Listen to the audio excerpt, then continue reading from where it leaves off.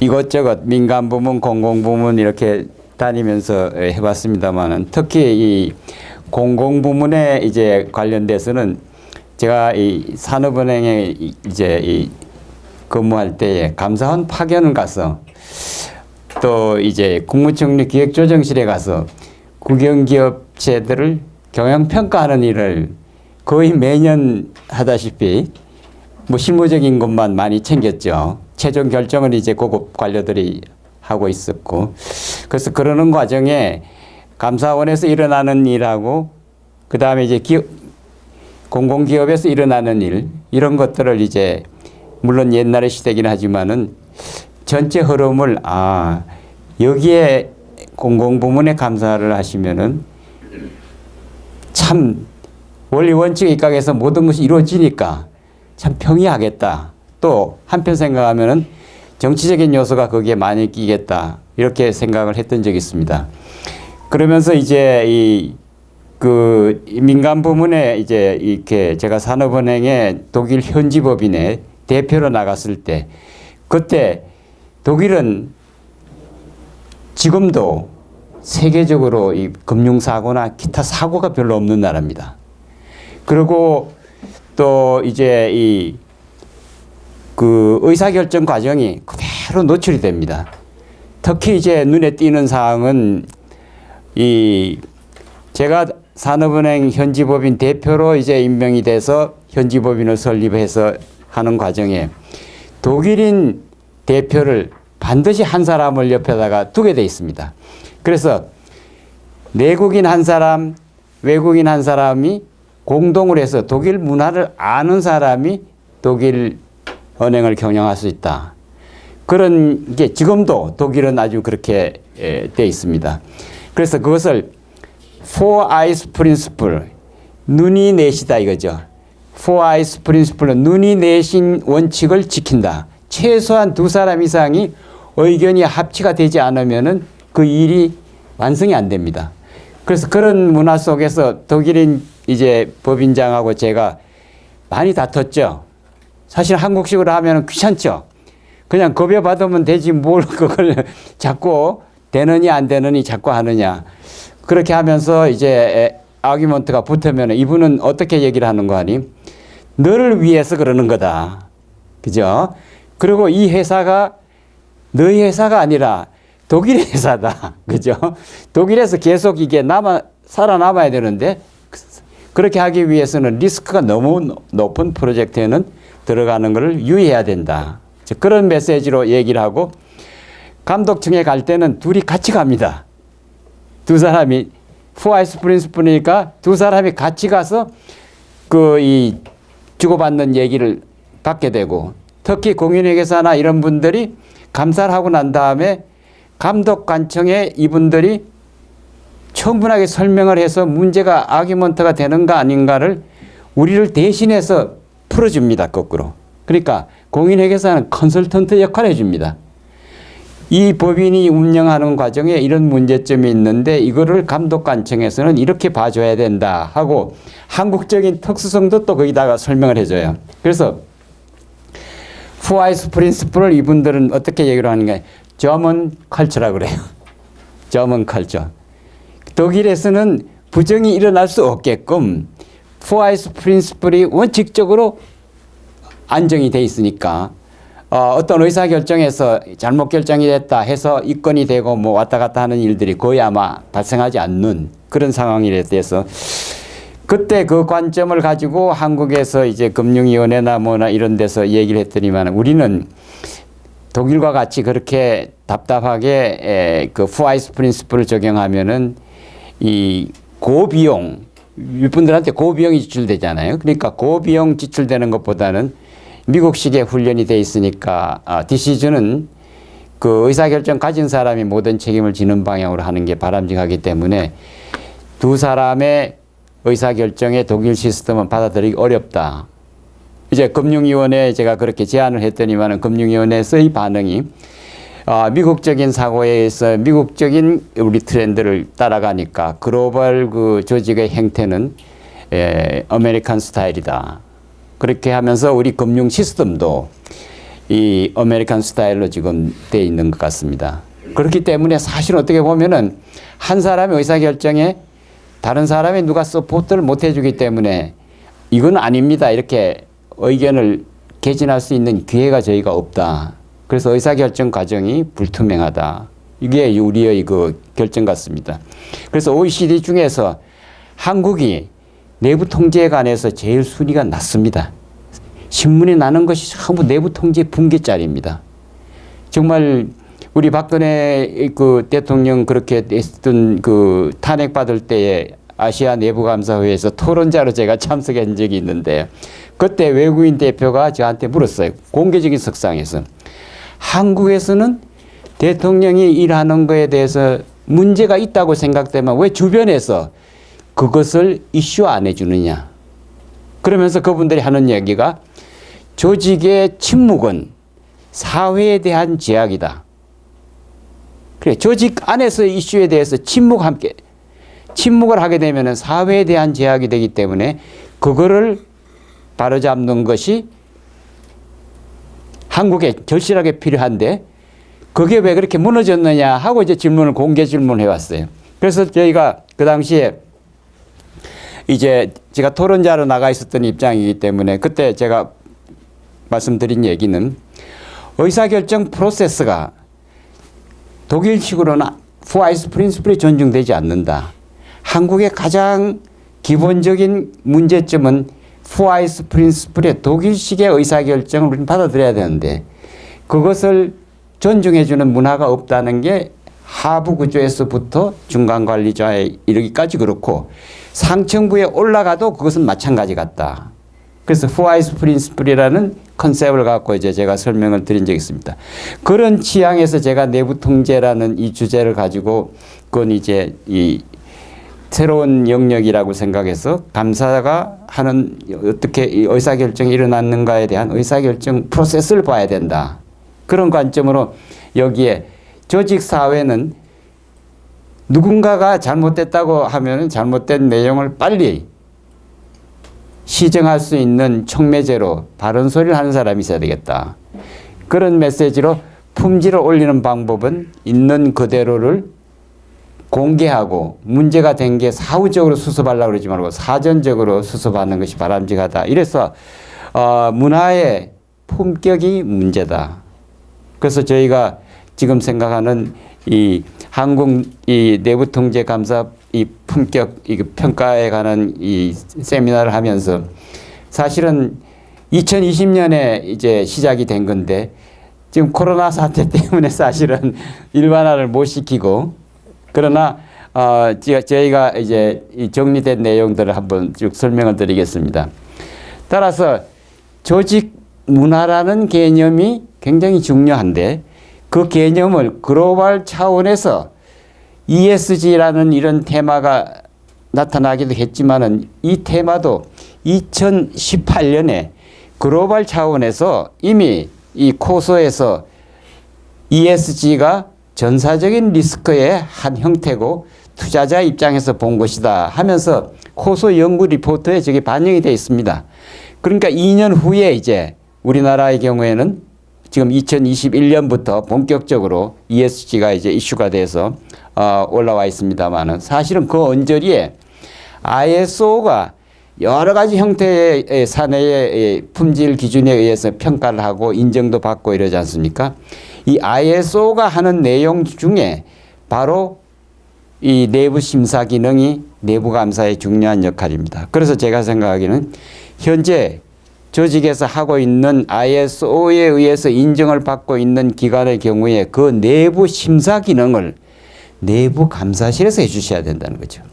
외부에 그걸 맡길 필요가 없다는 거죠. 처음 할 때는 좀 서툴고 정리가 안 돼 있으니까 외부 전문가에 의해서 빌트인을 하게 하고 2차, 3차 되는 그 상황 연도가 되면은 내부 감사실이 바로 그것을 테이크오버해서 ISO 인정을 내부에서 해버린다는 거죠.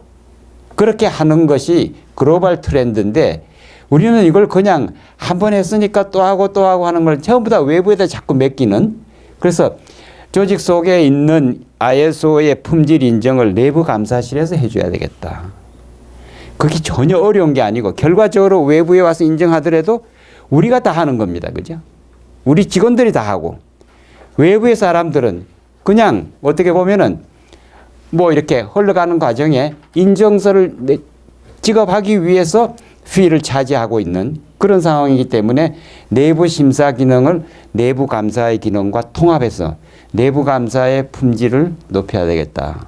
이제 그런 두 번째 말씀을 드리고 싶고, 세 번째는 아까 말씀드린 바와 마찬가지로 리스크 중에 가장 위험적인 본질적인 것은 휴먼 리스크다.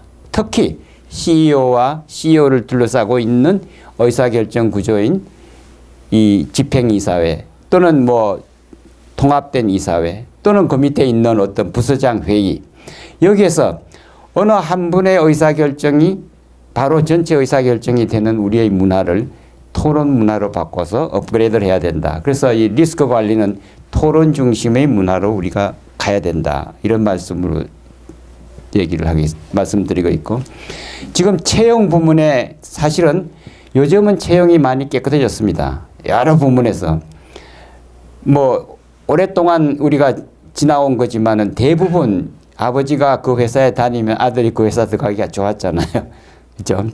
제가 산업은행을 옛날 다닐 때 그 식산은행이라고 일본 게 이게 은행이었는데 그 식산은행 출신의 그 자녀들은 당연히 그 자녀가 그 은행에 들어가는 게 아예 그 불문율로 되어 있었습니다.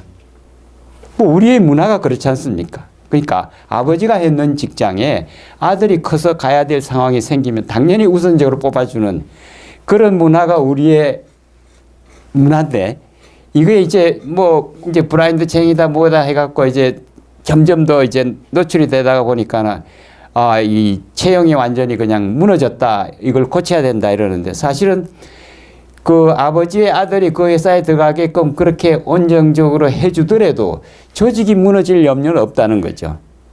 얼마만큼 경쟁력이 갖춰지지 않는 사람이 들어간 것보다가 경쟁력을 갖춘 그 후손의 자녀가 들어가서 하고 있는 그것이 바로 일본의 조직 문화고, 일본의 경우에는 부모가 가서 일하고 있으면 자녀들이 그 회사 가서 일하고 싶으면 당연히 들어가는, 그죠?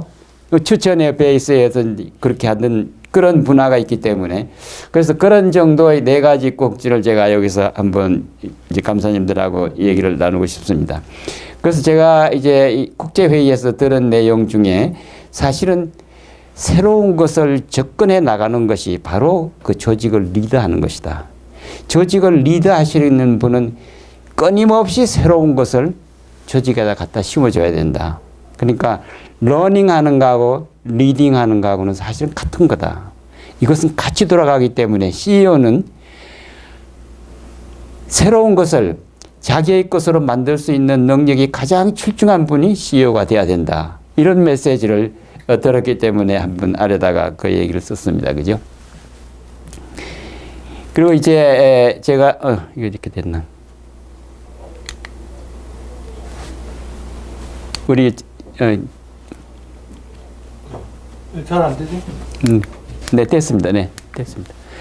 그래서 지금 이 디자인 싱킹이라는 이 컨셉을 통합의 그 로직으로 설명을 하고 있는 이제 내부 감사의 큰 트렌드가 있습니다. 감사도 디자인 싱킹을 해야 된다. 그런데 그 디자인 싱킹은 목표를 향해서 지속적으로 나가는데 보다 더 합리적으로 나가는 방법이 뭐냐? 문화를 봐라죠. 조직의 문화를 봐라.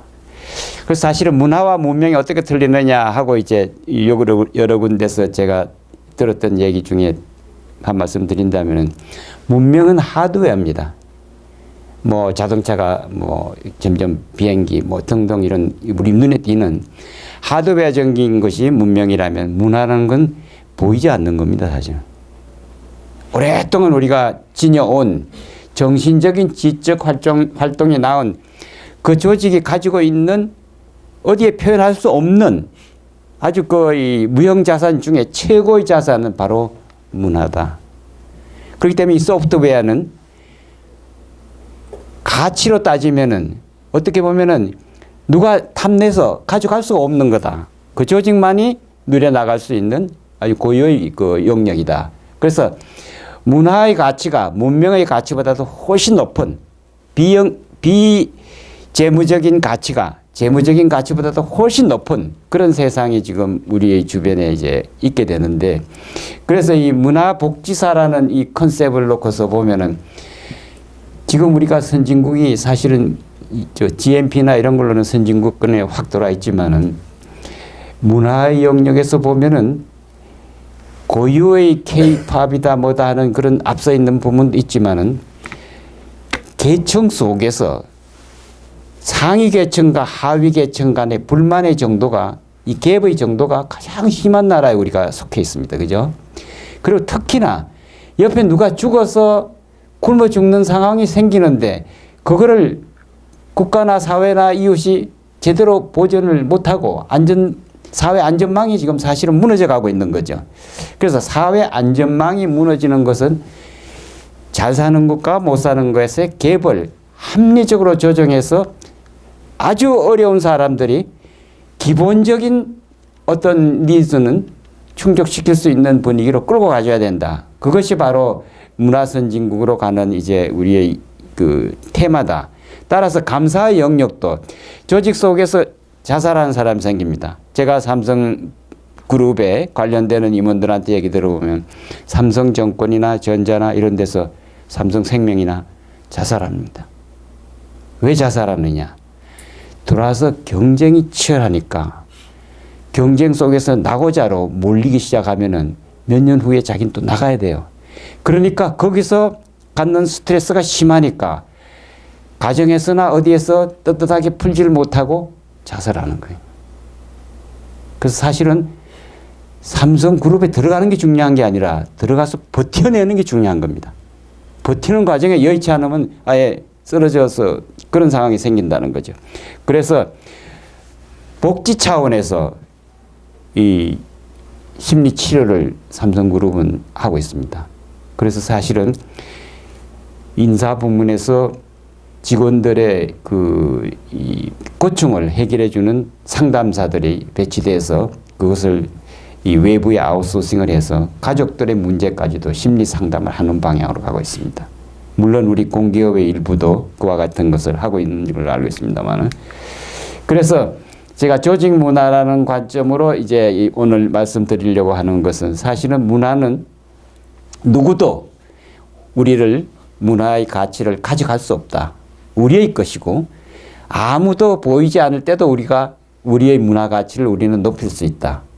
근데 이 문화의 이 개념 속에서 이제 학술적으로 나타난 몇 가지 이 개념을 든다면은 눈에 보이는 가공품이 있고 가치 태도로서 이미 우리가 선언해서 투자자들이나 일반 이해관계자들이 공유하는 게 있고 그 언저리에 구체적으로 설명은 못하지만은 무수히 많은 가정이 그 안에 스며들어 있다는 겁니다. 그래서 여기에 그림으로 보면은 우리가 붉은색의 이것을 갖고 문화라고 우리가 일반적으로 생각하는데 사실적인 가치는 이 감추어져 있는 맨 아래 부분, 이것이 바로 진정한 의미에서의 조직 문화다. 거기에 감동을 해야 이 직원들이 우리 조직에 들어오면은 끝까지 뛰고 싶은 충동이 난다는 거죠. 그래서 이 아랫부분에 이 튼튼하게 만들지 않고 윗부분에만 의존하면은 굉장히 불안정한 조직이 돼서 이 문화가 제대로 꽃을 피지 못한다. 이런 말씀을 했습니다. 특히나 이 아래 물속에 가려져 있는 이 깊은 이 맨 아래쪽에 있는 필링. 사실 어쩐지 좀 불쾌하다. 어쩐지 좀 유쾌하다. 이 필링이 바로 문화의 진원지라는 거죠. 그래서 신입 MZ 세대들이 돌아서 우물우물하다가 얼마 안 돼서 그냥 사표 내고 나가는 경우 있다 이거죠. 나하고는 안 맞는 것 같아. 이렇게 얘기하면서 나가는 것은 어디가 안 맞는 거 아니? 맨 아래 필링에서 끊어져 버린 거예요. 이거를 어떻게 우리가 챙겨서 되살려줘야 되느냐. 그 사람들이 얘기할 수 있는 환경을 마련해주고 보이지 않는 가운데서도 우리 규칙적으로 고쳐야 될 게 너희가 보기에 뭐냐. 고칠 수 있는 기회를 그 사람들한테 줘줘야 된다. 우리의 전통적으로 이런 규범에서 우리는 이렇게 움직여 왔는데 MZ세대가 보니까 이건 아니다. 이렇게 생각되면 고치게끔 해줘야 된다는 거죠. 그래서 끊임없이 서로 공유할 수 있는 가치를 늘여나가 주지 않으면 그 조직에 이 신세대들이 들어와서 오래 머물 수가 없다는 거죠. 톱다운 가지고는 안 된다는 거죠. 그래서 버텀업으로 가져야 되는데 맨 위에 올라가 보면은 올라간 내용에서 이 전략이다, 비전이다, 뭐 이렇게 공통 그 방침들이 한번 정해지면 고치려고 안 한다 이거죠. 사실은 고쳐줘야 되는데 아래서 보기에는 계속적으로 고쳐야 되는데 고치지 않으려는 그런 저항감이 위에서부터 있다는 거죠. 그래서 중간 관리자들이 아 이거 옛날에도 그렇게 많이 해봤는데 그거 별 그 효과가 없다고. 또 윗분들이 그것을 싫어하니까 안 하는 좀 더 보류하는 게 좋겠다. 등등으로 중간 관리자들이 따라오지 않는 그런 영향 때문에 이 문화가 꽃이 피지 못한다. 그래서 보이지 않는 부분에 푸른 색깔의 투자가 더 왕성하게 일어나줘야 된다. 이런 말씀으로 한번 얘기를 드리고 싶고 그래서 사실은 조직을 볼 때 컬처에다가 초점을 맞춰서 전략도 컬처에 도움이 되게 또 리더십도 또 팀의 이 워크숍도 문화를 어떻게 생각하느냐의 방향으로 방향을 바꿔야 된다. 이런 얘기로 한번 의견을 모으시면 좋겠습니다. 그래서 문화가 뭐냐 하고 제가 한번 이 요약된 이 사이트를 이렇게 가지고 왔습니다만은 사실은 모든 겁니다. 평소에 하고 있는 모든 거고 있는 그대로를 본다면은 이미 다 가지고 있고 잘하고 있는 겁니다. 잘하고 있는데 이게 굳어져서 더 이상 손을 안 대려고 그런다 이거죠. 손을 대도록 젊은 세대들이 참여하도록 분위기를 마련해 줘야 된다. 이런 식으로 생각하시면 좋겠습니다. 그래서 여기에 4가지의 조직 문화가 있는데 사실은 뭐 우리 집단적인 우리나라와 같은 정통적인 가족 중심의 문화는 정말 집단 문화죠. 아주 끈끈한 그런 유대감이 있는 거죠. 그러나 이제 창조 발전 모형인 저 벤처그룹에 소위 오늘날 카카오나 네이버 같은 회사들 카카오 네이버 같은 회사는 사실은 사장은 스스로 얘기하기를 자기는 CHO라고 합니다. 젊은 직원들이 해피하게 일할 수 있게끔 Chief Happiness Office지 Chief Executive Office가 아니다.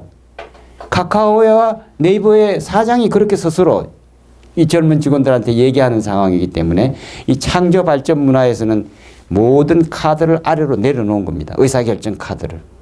그게 참 카카오와 네이버가 이렇게 떠오 있는 요인 중에 하나라고도 생각이 됩니다.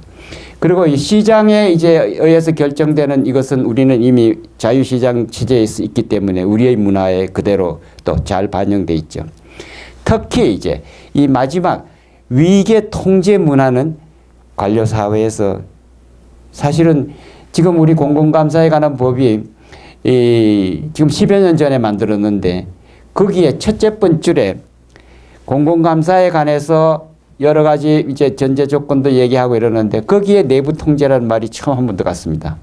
그게 저희가 2000 N론 월드컵 그 사태 이후에 처음 그 키워드가 들어갔습니다. 그래서 제가 국회에서 그 법안이 통과될 때 국회의 이 심의 과정에서 저 내부 통제 학회 입장에서 이제 이 내부 통제라는 키워드가 거기에 들어가게 되고 있기 때문에 근본적으로 이번에 공공감사의 큰 방향이 내부 통제 방향으로 바뀐다.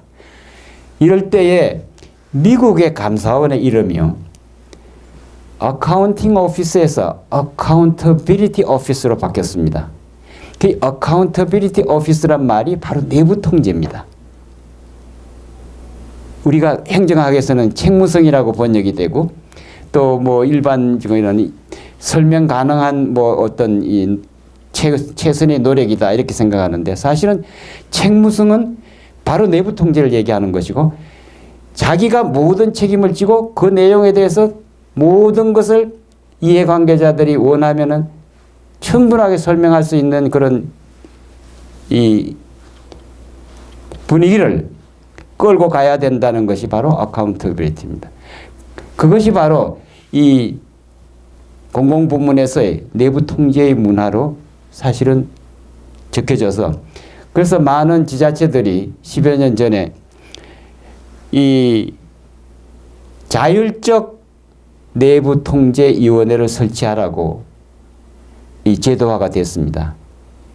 그래서 그 근간에 의해서 지자체와 관련 유사기관들이 시군구들이 내부통제위원회를 설치하라는 그런 지침에 의해서 설치를 했는데 설치를 해놓고 난 다음에 CEO를 중심으로 한 임원들이 다른 위원회도 많은데 뭐 그것까지 해서 어떡하느냐고 너희가 알아서 하라 그러면서 적절하게 한가한 부서에다가 그것을 갖다가 그냥 판개쳐 버렸어요. 사실은 소통이 거의 다가 아래로 던져져 버린 거죠. 그래서 그런 그것이 바로 여기에 위계 통제 문화에서 우리가 선진국가를 못 따라가고 있습니다. 그래서 여기에 마지막에 바른 조직 문화는 뭐냐? 현재 하고 있는 걸 바꾸려는 의지입니다. 그죠? 조금 바꿔보려는 의지가 바로 바른 통제 문화다. 그래서 이 네 가지의 이 분류를 이제 해서 현재 이 내부 이 직무 평가의 각 문화의 이 업무를 평가하는 이제 평가 기구가 세계적으로 작동이 되고 있는데 이 다이어그램에서 보시다시피 우리나라의 그 가장 큰 것은 저 왼쪽 코너에 이제 있는 이 가족적이고 협력적인 그런 아주 유대감을 중요시 여기고 아래에 이제 컨트롤이 강화되어 있는 이 관료 조직의 사회 여기에 우리는 사실 머물고 있는 거죠. 그런데 이것을 마케트 중심으로 옮기고 창조성이 넘치는 네이버나 카카오처럼 조직의 문화를 그쪽으로 바꿔가야 되는 게 시대의 흐름이다. 이렇게 얘기를 한번 이해하시면 어떨까 싶어요.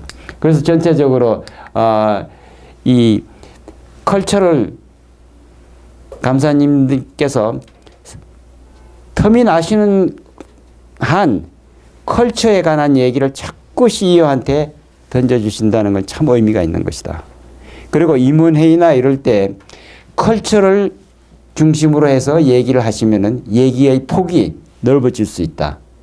그래서 스텝이 움직이는 것은 바로 결과적으로 제품의 퀄리티나 문화의 가치로 나타나기 때문에 이 비즈니스는 기본이 컬처에 관련되는 것이고 컬처는 사람에 의해서 마련되기 때문에 사람인데 특히 현재 근무하는 분들이 아니라 우리하고 무관하다고 생각되는 아웃사이드에 있는 이해관계자 그리고 지금 갓 들어온 신입사원 이 사람들이 조직 문화를 활성화시키는 촉매제가 돼야 된다. 이런 말씀으로 이것을 한번 돌아보시면 어떨까 싶어요.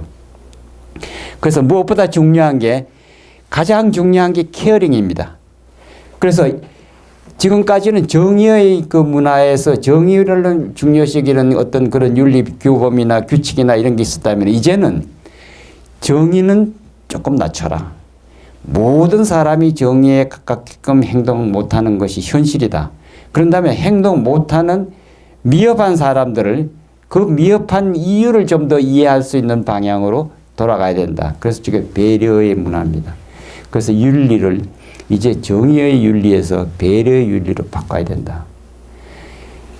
잘못된 사람이 있을 때 잘못한 것을 벌을 줘야 되긴 하지만은 벌이 지나치게 심해서 그 사람이 자기 혼자의 힘으로 감당할 수 없을 정도의 벌로 그 조직을 물러나는 그런 상황이 생기는 그런 레벨까지 그것을 챙기고 돌보지 못한 케어링하지 못한 그 책임을 그 직속 상사가 책임을 져야 된다. 그래서 책임의 범위가 행위자보다가 행위자들을 관리 감독하는 그 능력을 제대로 발휘 못한 그 상위자 직상위자가 더 책임이 무겁다. 그것이 바로 케어링의 배려의 윤리의 핵심이라는 거죠. 그래서 감사님이 조직 속에서 인사위원회나 뭐나 해서 징계를 해야 될 상황이 생길 때 직상위자를 징계를 더 엄하게 하셔야 된다. 그 행위자는 직상위자가 제대로 교육을 시키고 관리하고 못한 거에 대한 책임을 직상위자한테 물리고 그 행위자는 배우지 못한 것에 대해서 어떻게 보면 취약한 지역에서 취약한 행태를 저질렀다 이거죠. 그래서 이 케어링의 관점에서 직상위자의 그 인사위원회의 그 징벌을 더 강화하는 것이 바람직한 방향이다. 이렇게 한번 보시면 어떨까 싶긴 해요. 그래서 여기 나와 있는 내용들의 문화를 측정하는 방법이다. 뭐 이렇게 나와 있는데 사실은 시대의 흐름이 내부 감사가 내부 통제로 바뀌었습니다. 사실은. 이제 오디팅의 시대는 가고 어슈어런스의 시대입니다. 부정을 적발하는 게 아니라 일을 더 잘하게 하기 위해서 뭐를 더 제도를 고쳐줄까? 분위기를 바꿔줄까? 문화를 업그레이드 해줄까? 이러는 것이 시티은행을 중심으로 한 중요한 기관들의 특징입니다.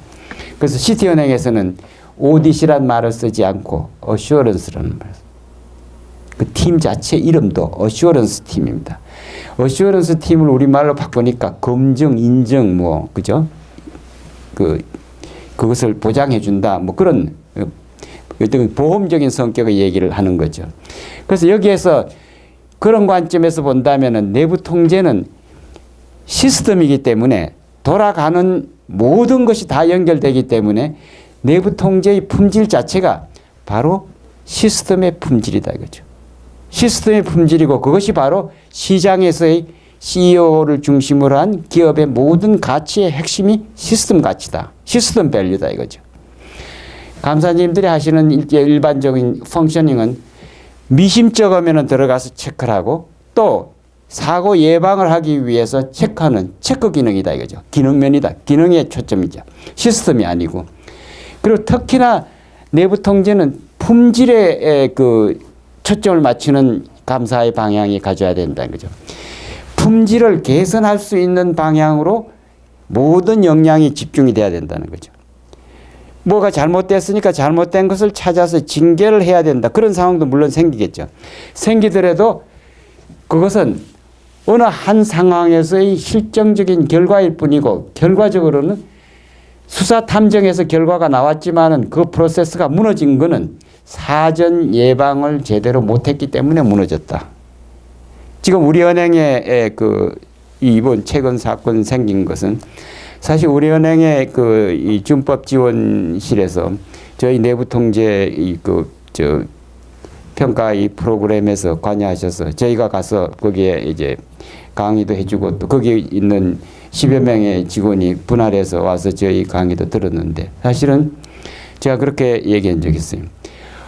내부 통제라는 것은 문화이기 때문에 문화에서는 두 사람 이상이 관여하기 때문에 한 사람이 한 사람을 믿는 게 아니라 한 사람이 한 사람이 하는 거 다른 사람이 하는 거를 다른 눈으로 봐서 그게 문제가 있다고 생각이 되면 과감하게 노할 수 있는 분위기가 돼 있어야 된다.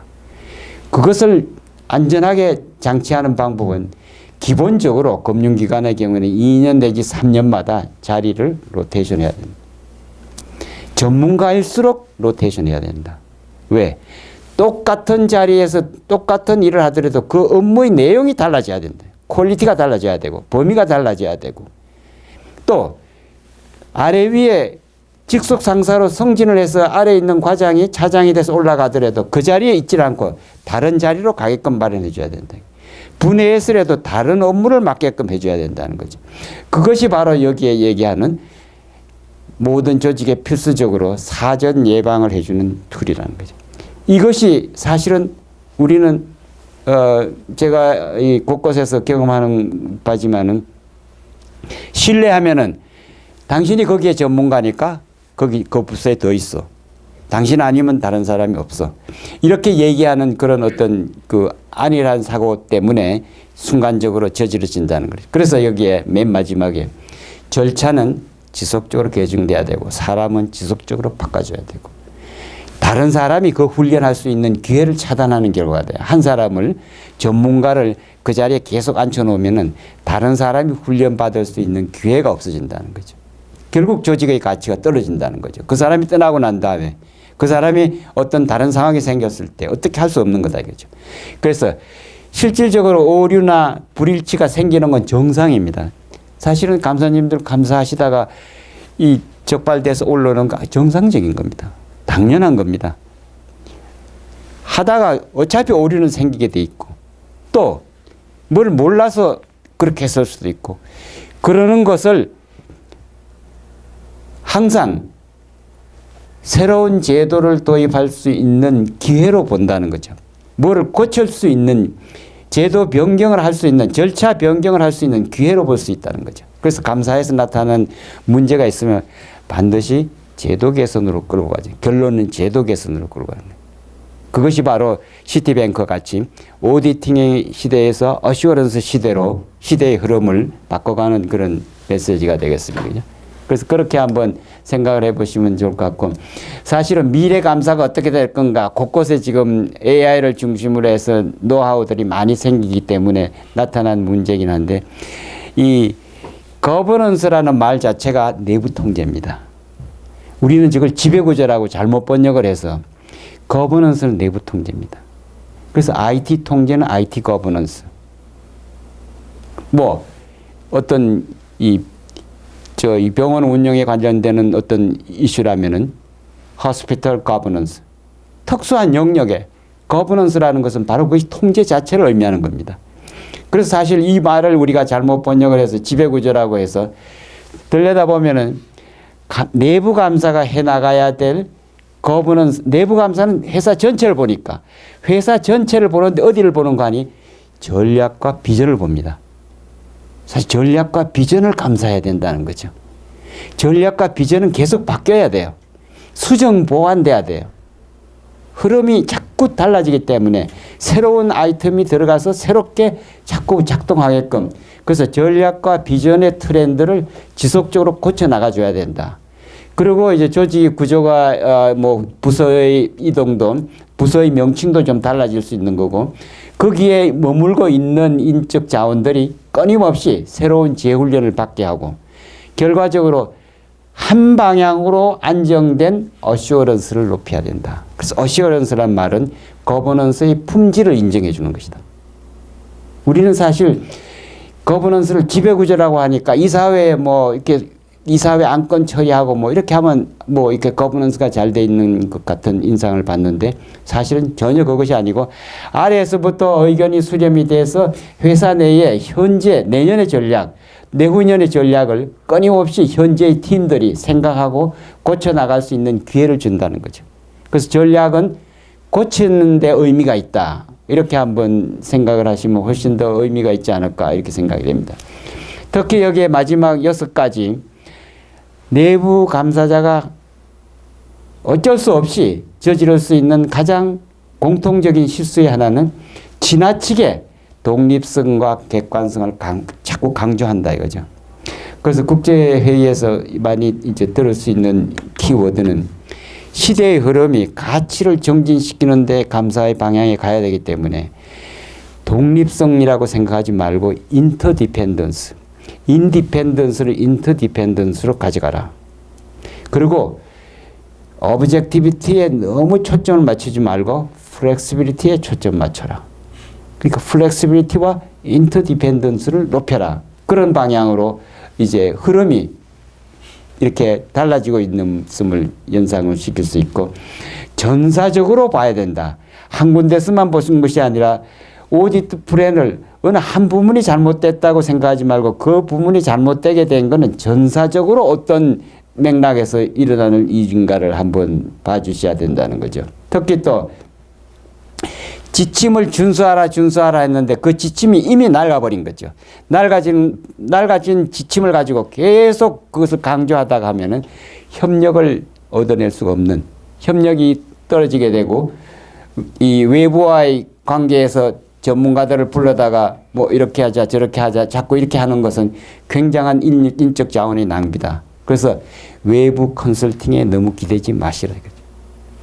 참고일 뿐이다. 참고일 뿐이고, 그 사람들을 내 밑에서 내가 외부 그 회계법인을 내 조직의 한 팀으로 생각하고 외부 회계법인을 내부에 있는 외부 회계팀이라고 생각하고 외부 감사를 가시거나 내부에서 감사 계획을 세울 때 외부 감사팀을 갖다가 감사님 휘하에 두시도록 권고드리고 싶고, 또 외부 감사팀의 CEO나 CFO 방에 드나들면서 보고하고 하는 내용들은 모두가 감사님을 경고하지 않고 먼저 들어가게 하지만 안 된다는 거죠. 감사님이 관장하고 감사님한테 얘기 드리고 난 다음에 CEO, CFO 방에 들어가도록 이런 얘기 하기 위해서 갑니다. 이렇게 얘기를 해줘야 된다는 거죠. 그것이 바로 이 네 번째 이 주제라고 한번 생각할 수 있겠습니다. 외부 회계법인을 너무 믿지 말라. 이런 뜻도 되죠. 그 다음에 이제 이 리스크에 기반의 이 감사의 사고를 하자. 뭐 이렇게 또 지속적으로 이 모니터링을 하자 이런데 아주 옛날에는 이 모니터링이란 말을 사실은 별로 이 감사원에서 원하지도 않고 감사원에서 저거를 소위 감시라는 말로 이게 우리한테 알려왔습니다만은 국제적인 흐름은 어느 시점에서 이 모니터링이 일어나는 게 아니고 모니터링은 계속해서 반복적으로 계속 피드백이 돼야 된다. 계속 피드백이 돼야 되기 때문에 이것은 진행형이 될 수밖에 없다. 그래서 어떤 형태의 활동이든 간에 한번 이번에 감사하고 지나갔다. 그렇게끔 안심하게 하면 안 된다는 거죠. 지속적으로 모니터링이 일어나서 지나갔더라도 지속적으로 문제를 볼 수 있는 그래서 오픈 이 시스템을 바꿔라. 그래서 코소가 ESG에 대해서 이제 ESG 전문 외부 용역 회사에 맡기지 말아라. 라인에서 직접 하라. ESG 전문 회사가 바깥에서 들어와서 할 수 없네요. 내부에 있는 사람들이 여러 가지 이런 조사라 이런 조사 이런 걸 하라고 그래가지고 내놓은 것을 자기 집합하는 것밖에 없다 이거죠. 집합하는 과정에 패셔너블 하기 위해서 모양을 갖추기 위해서 굉장히 분식한 ESG 보고서를 낸다는 거죠. 그것이 바로 그린워싱의 원인이다. 그러니까 외부에 있는 사람이 보고서를 만들어내면은 그린워싱이 일어난다. 그래서 미국의 SEC에서는 그린워싱을 방지하기 위해서 내부 팀에 의해서 ESG 보고서를 만들고 내부 감사가 인정하라. 그 인정된 내용을 SEC에 파일링하라. 이렇게 했기 때문에 감사님이 ESG 감사를 내년부터는 해 주셔야 되는 거죠. 외부에서 물론 와서 도와줄 수는 있겠죠. 한 번, 두 번 정도 도우더라도 결과적으로 우리 직원이 그 사람과의 관계에서 보고서를 만드는데 그 보고서가 만들어진 것이 외부 사람들 위주로 표현이 되게 되면은 그린워싱이 일어날 수 있다. 지나치게 분식이 일어날 수 있다는 거죠. 그죠?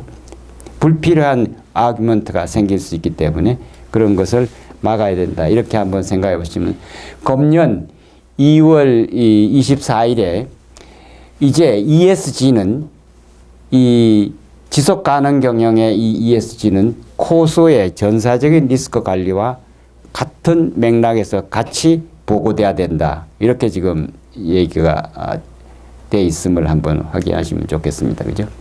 그래서 특히 금년 3월 21일에 SEC가 이제 ESG는 내부에서 하라. 이렇게 어나운스먼트를 했습니다. 그 점도 우리가 한번 생각해 보시면 좋겠고. 여기에 사실 의사결정 과정이 깨끗하면은 ODC 할 일이 상당히 심플해집니다. 의사결정 과정의 평가가 제대로 되면은 거기에서 진짜 용기 있는 사람들이 사실에 입각해서 얘기를 하기 시작을 하고 그 결과가 신뢰를 얻고 공감을 얻는 의사결정이 일어난다면은 그 이하 감사는 사실상 생략해도 괜찮다. 생략해도 괜찮다. 내부 통제가 잘 되고 있으면은 감사는 생략해도 괜찮다. 따라서 우리 국내에 유한 킴벌리라는 회사는요. IMF 월드컵 우리 지금 그런 경과 속에서 세계적인 트렌드가 우리나라에도 많이 접목이 되는데 특히 유한 킴벌리의 경우는 감사실의 이름을 내부 통제실로 바꿨습니다.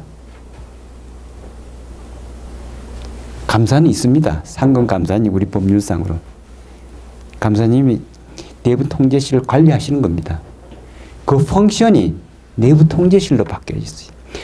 여기에 잘못된 게 뭐냐 찾아다니는 것이 아니라 일을 하다가 보니까 지나치게 돋보이려고 막 숫자를 그 매출을 땡겨서 선매출을 한다든지 이런 게 있는가 없는가가 자율적으로 모니터링 되게끔 시스템을 모니터링하는 거죠. 그런 레벨에 머물기 때문에 훨씬 더 가볍게 일어나고 이 감사 영역이 지나서 사실은 한 단계 더 넘어서면은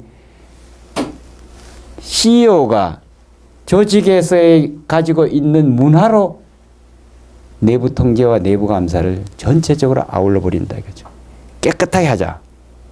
사실 유한 킴벌리의 그 우리 지금 저 최고 감사인 과정을 이제 참여하셨던 분들과 같이 한번 유한 킴벌리를 방문한 적이 있습니다만 이렇게 앞에 맨 앞에 이런 좌석은 이제 임원들이 앉고 2단계, 3단계, 4단계 뒷좌석들은 직원들이 앉습니다. 그러면서 여기 주간 회의를 합니다. 그리고 이 자기 자리가 정해져 있지 않고 갔다가 PC를 꼽으면은 PC 꼽는 자리가 자기 자리가 됩니다. 그리고 방은 CEO도 방이 있습니다만은 방이 접견실일 뿐이고 문호가 개방되어 있습니다. 종이를 안 쓰기 때문에 페이퍼 워킹을 안 하기 때문에 전부 다가 IT 베이스에 하기 때문에 이 잭을 꽂으면은 바로 사장, 임원 등등의 커뮤니케이션이 일어나는 거죠.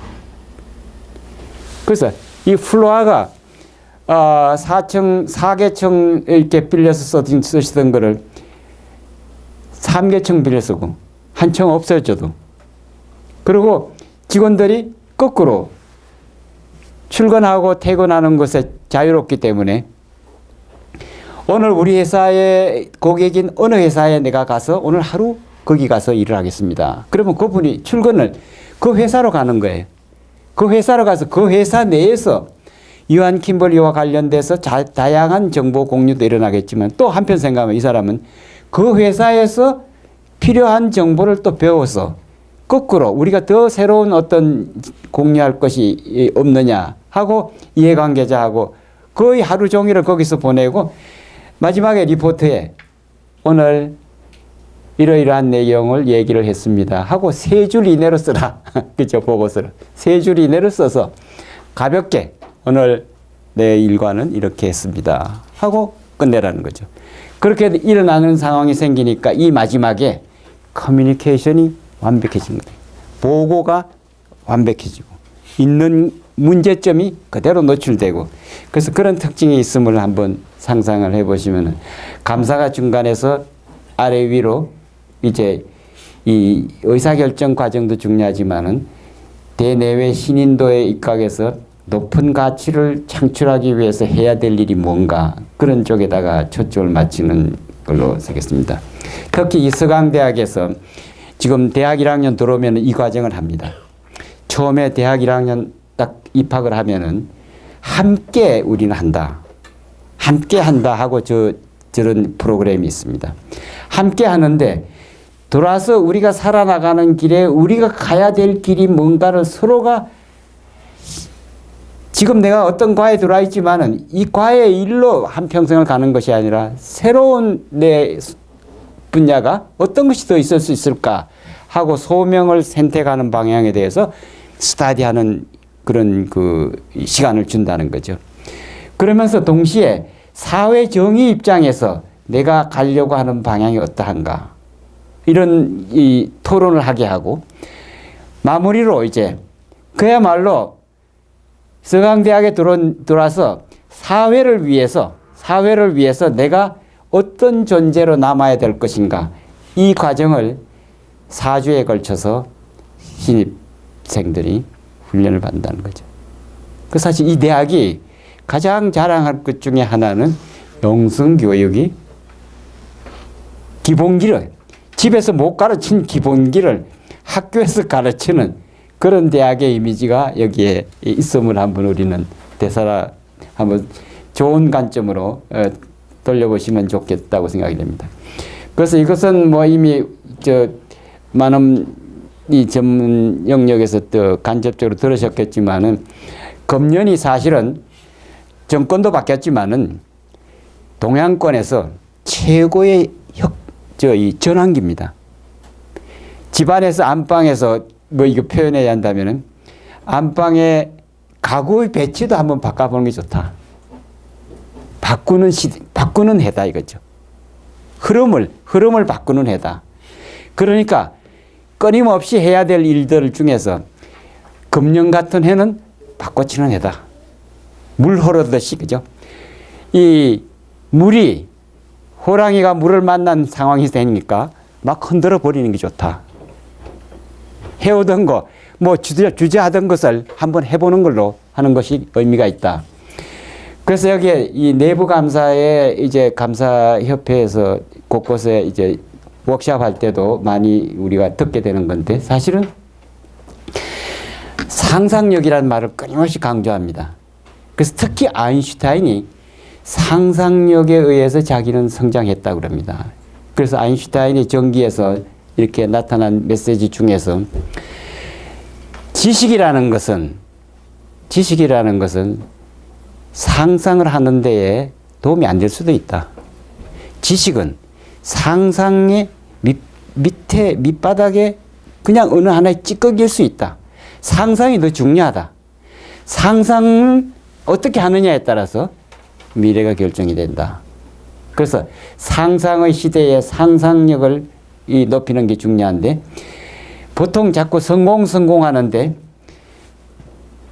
그 한때 어떤 제3자적인 가치에서 성공이라고 얘기를 한다면 그 성공은 그 순간에 이미 무너진다. 내가 성공했다고 생각하는 순간에 그 성공은 이미 의미가 없다. 그래서 어떻게 해야 되는 거니?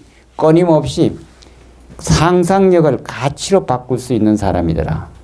상상력을 가치로 바꿀 수 있는 사람이다. 이런 얘기를 이제 이 전기에서 많이 실었다 그럽니다. 특히 이분이 돌아가면서 워낙 위대하게 업적을 남기기도 하고, 또 자연과학자이면서 인문사회학 부문의 아주 대전문가로 소문이 난 그런 상황이 됐기 때문에 이분이 가지고 있는 메시지에서 도대체 이 뇌는 어떻게 됐을까 하고 뇌과학자들이 돌아가시고 난 다음에 연구를 좀 하겠습니다. 이렇게 해서 이분이 요청에 응해줬습니다. 그래서 돌아가신 다음에 뇌를 이제 분해를 했습니다. 보통 사람보다가 뇌가 크다. 그리고 들여다봤더니 뇌 세포 간의 연결 그 네트워크가 훨씬 정밀하게 많이 발전되어 있다. 많이 발전되어 있다는 것은 많은 상상의 세계 속에서 이분이 시간을 보냈다. 이런 내용으로 이제 결론이 났다고 합니다. 그래서 이것을 240조각으로 나눠서 현재 이 뇌과학을 연구하는 각종 이 서클 그룹에 나누어져서 배분돼서 활용되고 있다고 합니다. 특히 여기서 주장하고 싶은 것은 상상의 가치를 만들어내는 것이다. 가치는 지식에서 나오는 게 아니라 상상에서 나온다. 그래서 상상력이 바로 가치로 바뀌는 것이 바로 사람이 해야 될 일이다. 이렇게 했다고 합니다. 그래서 이것은 이제 유럽을 중심으로 해서, 특히 독일을 중심으로 해서 일어난 일이긴 합니다만은, 사실 독일이 EU의 중심 국가인데 왜 그렇게 EU의 중심 국가가 됐느냐. 한편 생각하면은 그 철학적인 그 언저리의 기본의 흐름은 통합을 연상하는 겁니다. 독일이 동서독의 통일도 있었지만은 게르만 민족의 그 어떤 혈족의 흐름 속에서 가장 비난한 상황 속에서 가장 어려운 시대를 지났고, 가장 천하게 대접을 받았고, 가장 몰락적인 세대였는데, 괴테를 중심으로 해서 칸트를 중심으로 한 그 어떤 한 세대에서부터 독일이 1등 국가로 올라서기 시작합니다. 괴테가 쓴 소설이 유럽에서 영어로 번역이 되고, 또 다른 나라 말로 번역이 되고 전 세계로 퍼져나가고, 칸트가 한 말이 영어로 번역이 되고 전 세계로 퍼져나가고, 이 과정에 칸트와 괴테가 독일을 인류 국가로 만들었다. 그분이 남긴 말들, 그분이 했던 것들이 바로 독일의 문화의 핵심을 이뤘다. 그 중에서 모든 것은 통합해서 보라. 모든 것은 통합해서 보라. 그 사상이 통합해서 볼 때 비로소 새로운 방향의 것이 보인다. 그래서 결국은 이미지네이션의 무형자산을 화하는, 이미지네이션을 무형자산화하는 이것을 찾아내야 바로 새로운 가치를 찾는 것이다. 그래서 무형자산의 시대가 일찌감치 독일 문화에서는 이미 산업의 기초로 올라와 있었다는 거죠. 사실 독일 제품이 다른 나라보다 비싸게 팔리는 이유가 독일의 문화에 대한 경외심 때문에 독일 제품이 고가다. 우리나라도 마찬가지로 삼성 제품이나 또 LG 제품, 현대 제품들도 우리나라에 아마도 BTS의 저 효과를 굉장히 많이 볼 겁니다. 문화의 효과. 그래서 이 무형 자산은 문화의 자산이다. 그 한 나라에. 그래서 이것을 전체로 보는 것을 굉장히 중요하게 보는. 그래서 여기 아래 보시면은 재무제표에 나타난 재무자산, 또 거기에 고정설비의 자산, 또는 지적자산에 해당되는 일부 이제 재무제표에 나타날 수 있는 재산. 그러나 인간은 자산화가 안 됩니다. 그죠? 마찬가지로 사회적인 관계에 서클링하는 문학적인 작품은 자산화가 안 됩니다. 마찬가지로 자연을 어떻게 보존하느냐, 이것도 자산화가 안 됩니다. 가치로 환산하기 어렵다는 거죠. 그런데 이제는 이게 가치로 환산되고 있다. 인간이 가치로 환산되고, 또 사회적으로 얼마만큼 인티그레이션을 잘하느냐에 따라서 가치가 달라진다. 그래서 사실은 네이버나 카카오가 저렇게 뜬 거는 인티그레이션을 잘한 거다. 다양한 젊은 애들의 참신한 아이디어를 끊임없이 신제품으로 끌어올리고 있다 이거죠. 김범수 씨가 그렇게 얘기를 했어요. 자기는 이미 9세대라서 젊은 애들 얘기하는 거 따라가기 힘든다 그랬습니다. 신세대가 바로 뽑아 올리면은 김범수는 해피니스, 네가 해피하게끔 일하게끔 내가 도와주면 되는 거다. CEO가 아니고 CHO다. Chief Happiness Office다. 굉장히 겸손한 겁니다. 그죠? 뿐만 아니라 자기 10조에 해당되는 그 총 이 자본 자산에 해당되는 밸류에 해당되는 그 가치에 5억을 사회발전기금으로 내놨잖아요. 그죠? 아마 우리 시대에 10억의 자산을 가진 사람이 5억을 내놓은 사람은 유일할 겁니다. 그분이. 그죠? 새로운 시대에 새로운 컨셉으로 나타나기 시작합니다. 바로 사회적 자본의 중요성을 인식하는 거죠. 그래서 우리나라에 저는 카카오와 네이버가 우리의 미래를 엄청나게, 저는 4만 불 충분히 갈 거라고 생각됩니다. 짧은 시간 안에 4만 불 저희가 충분히 갈 겁니다. 한 사람 한 사람의 지금 GNP 소득 추계로는 잡을 수 없는 무형자산의 가치가 폭발적으로 일어날 수가 있다 이거죠. 그런 기대감이 굉장히 높은 상황에 있는 것 같습니다. 그죠? 그래서 인티그레이션 시대다. 인티그레이션이 되기 위해서는 품질에 머물지 말고 품격으로 가라. 품격으로 가라. 사실 우리가 지금 국민 전체의 품격이 너무 떨어졌습니다. 대통령을 연달아 그냥 감방에다 놓고요. 그죠? 곳곳에 사고 나는 게 아주 무너지는 인류 도덕적인 품격이 있지 않습니까? 그래서 여기에 품성과 인격을 합쳐서 품격이라는 거잖아요. 그죠? 사전적인 의미로. 사실은 품성과 인격을 이렇게 다루는 이제 책자가 우리 국내에도 많이 이제 발간돼 있어서 제가 그걸 정리를 해서 본 품격을 어떻게 하면은 높이느냐 하고 쓰여져 있는 책자 속에서 일부를 여기에 가져왔습니다. 현재 이 마음이 가난하면은 삶도 가난해진다. 그래서 큰 마음을 가지랍니다. 넓은 마음을 가져라. 그래야 돈이 들어온다. 사실은 김범수는 굉장히 가난한 집안에서 여러 형제 중에서 한 애만 대학을 보내야 될 상황이 생긴 거예요. 그죠? 한 애만 대학을 보내야 되는 상황에서 한 애가 산업공학과를 간 겁니다. 그죠? 그 나머지 다른 형제들은 못 간 거예요. 그 삶에서 이 새로운 문이 열려져서 횡재를 한 거죠, 사실. 횡재를 했는데 횡재한 것을 자기의 것으로 생각하지 않고 모든 사람이 나를 도와서 이렇게 된 거다. 지금 막 떠오르는 새로운 사원들이 작품을 만들어낸다. 이런 가치를 갖고 있어서 저는 위에 있는 굉장히 마음이 넓은 계층의 사람으로 분류될 수 있는 그런 게 아닌가 싶긴 합니다. 그래서 한 차원 높은 품격을 갖기 위해서 해야 될 게 뭔가, 여기에 절제라는 테마가 들어갑니다. 그래서 이것을 절제라는 말을 연상을 하면서 저게 바로 내부 통제의 다른 이름입니다. 자, 인터널 컨트롤은 셀프 컨트롤이고, 셀프 컨트롤은 자율적인 내부 통제인데, 우리의 지금 성경이나 일반 문학 작품에서는 자율 통제를 절제로 번역합니다. 이 절제가 모든 성장의 디딤돌입니다.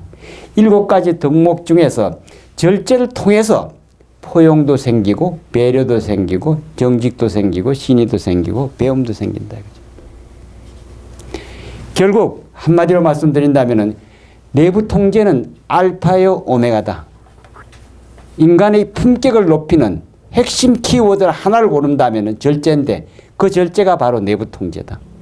이렇게 한번 우리가 생각을 하시는 것도 의미가 있는 것 같은 기분이 듭니다. 그죠? 그런 것을 한번 생각해 보시고, 이제 외국인이 보기에 한국인이 어떤가? 사실 뭐 우리가 잘하는 점도 많지만 한편 생각 우리 또 스스로도 문제도 많이 있어요. 그죠? 외국인이 보기에 한국인이 개선해야 될 점. 좀 조급하다는 거죠. 그리고 자기 비하, 패배주의적인 그런 이 표현에, 예? 그다음 무대뽀로 뭐 이념 갈등, 뭐 체면 중심 뭐 이런 게 우리가 외국인이 볼 때 우리가 미흡하게 보여지는 거죠. 특히 뭐 이 당해보지 않았으니까 모르겠습니다만은 바가지 요금을 많이 받는다 그런데 외국 사람들이 이거 사실 품격을 굉장히 떨어뜨린 겁니다. 제가 독일에서 근무했던 경험에 입각해서 본다면은 택시가 바가지 요금 안 합니다. 정확하게 메타가 나오고, 그리고 노란불일 때 내거리에서 들어가면 안 됩니다. 제가 산업은행 현지법인의 직원이 한 사람이 죽게 됐는데, 노란불인데 한국식으로 지나가려고 들어갔어요. 안 들어가야 되는데 들어간 거예요. 바로 다른 편에서 오는 전차가 노란불 때 준비했다가 파란불이 되면 달리기 시작하니까 뒷공지를 친 거예요. 그래서 그 직원이 죽었어요.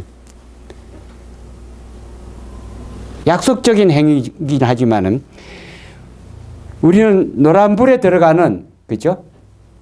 이 바가지 요금을 외부인한테 많이 물리고 있다는 거죠. 그리고 우리 이 관광공사의 옛날 감사님으로 계시던 잔이윤영, 그분이 계실 때 제가 관광공사에 자문위원 했던 적이 있어요. 그래서 그때 얘기 들었고 이제 했던 얘기 한다면, 한국 사람이 고쳐야 될 게 중요한 게 있는데 고맙다 소리를 안 한다 이거야. 엘리베이터를 이렇게 하면 여성이 있거나 이러면 빨리 타라고 이제 자기가 안내를 한다는 거죠. 그리고 호텔이나 뭐 백화점이나 이렇게 들어갈 때 이렇게 회전문을 통해서 들어가거나 이렇게 밀고 들어갈 때 뒤에 들어오는 뭐 이렇게 분이 있으면 챙겨서 들어가게끔, 특히 여성이 오면은 다 들어가게끔 이렇게 해주는데, 그 들어가는 그 분이 자기 보고 고맙다는 말을 안 한다는 거예요. 한 번도 들어본 적이 없다 이거야. 엘리베이터 먼저 타라고 그래서 먼저 타고, 또 뒤에 이게 도어를 열고 들어갈 때 열어줬는데 들어간 사람이 고맙다 소리를 안 한다. 한 번 듣고 두 번 듣고 전혀 그런 소리를 자기는 한국에서 들어본 적이 없다 이거예요. 고맙다 소리 안 한다 이거죠. 그래서 여기에 기본 에티켓에 양키들은 입에 땡큐라는 게 몸에 배어 있잖아요. 그죠? 사실은 뒤에 오는 사람 우리는 배려 안 하고 지나가는 거죠. 우리의 문화가 빨리빨리 해. 그죠? 자기만 가면 되는 거예요. 그죠? 그래서 물론 이 그룹의 경우는 다르겠지만 하여튼 인사를 기본 에티켓이 안 돼 있다 이런 표현을 그분도 했고 여기에서도 공통적으로 나타나는 상황입니다. 그리고 항상 애프터 서비스가 약하다. 애프터 서비스에 정신이 없다. 뭐 이런 말씀을 하는데 한번 우리가 되짚어 볼 만한 우리 조직 내에서도 이와 같은 현상이 생기지 않을까 짐작해 갑니다. 그죠? 그래서 품격을 높여나가는 이제 관리 방법으로 저는 7번째 감정 관리가 제일 중요하다. 인간은 감정의 동물이고 자기의 생각의 표현을 격하게 하는 순간에 자기가 격하게 말을 하면서 동시에 또 감정이 또 악셀레이터 된다는 거죠. 그래서 자기가 자기 감정을 더 높여가는 경우가 돼요. 특히 CEO는 감정을 다스리는 것이 굉장히 중요하다. 그래서 콜롬비아 대학에 이 전사적인 리스크 관리에 관한 석사과정이 새로 썼습니다. 그 석사과정에서 첫째 번 주제가 뭔가 하니 CEO의 교만성, 오만함, 에러간스를 어떻게 통제하느냐. 그 주제가 콜롬비아 대학의 MBA 과정으로 새로 특수 과정으로 마련된 뉴 ERM 과정의 핵심이 키워드입니다. 감정 통제하는 것. 감정 관리 원칙을 어떻게 트래픽 컨트롤 해주느냐, 관리해 주느냐. 모든 CEO는 감정 관리에 어떻게 보면은 잘하는 것 같지만은 한편 생각하면은 일방통행이다 이거죠.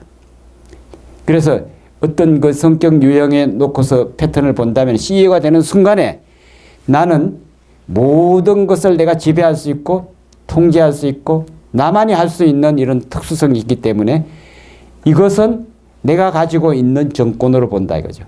통제의 일루전, 통제의 환상. 나한테 모든 권한이 있는 거예요. 그죠? 3년 동안 내가 모든 걸 다 할 수 있다.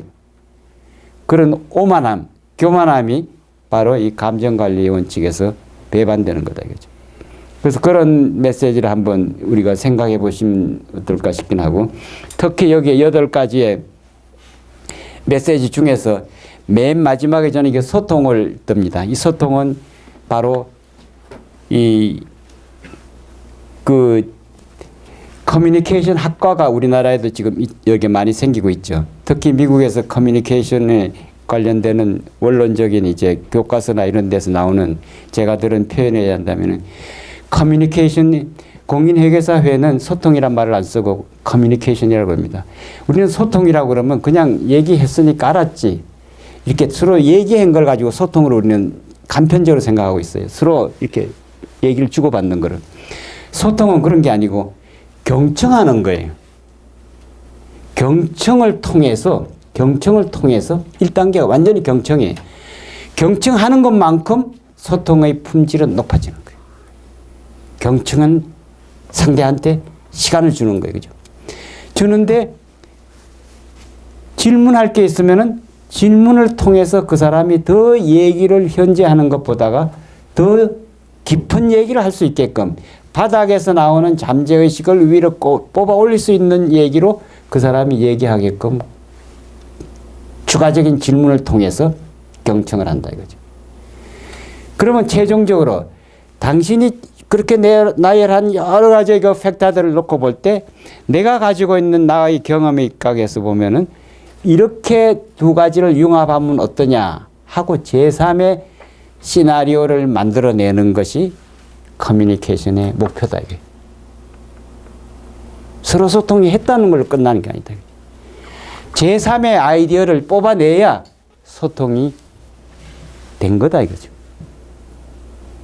그것이 바로 커뮤니케이션은 리스닝하고 경청하는 거고 인터랙팅 서로 질문을 주고 받아가지고 인터랙팅하고 마지막에 새로운 프로덕트를 밸류를 창출해야 되는데 그것은 아티큐레이션. 마치 예술가가 큰 화폭에다가 그림을 그릴 때 이 사람 저 사람의 그림 솜씨가 융합이 돼서 하나가 나오듯이 새로운 작품을 만들어내는 것이 이 소통의 기대감이라는 거죠.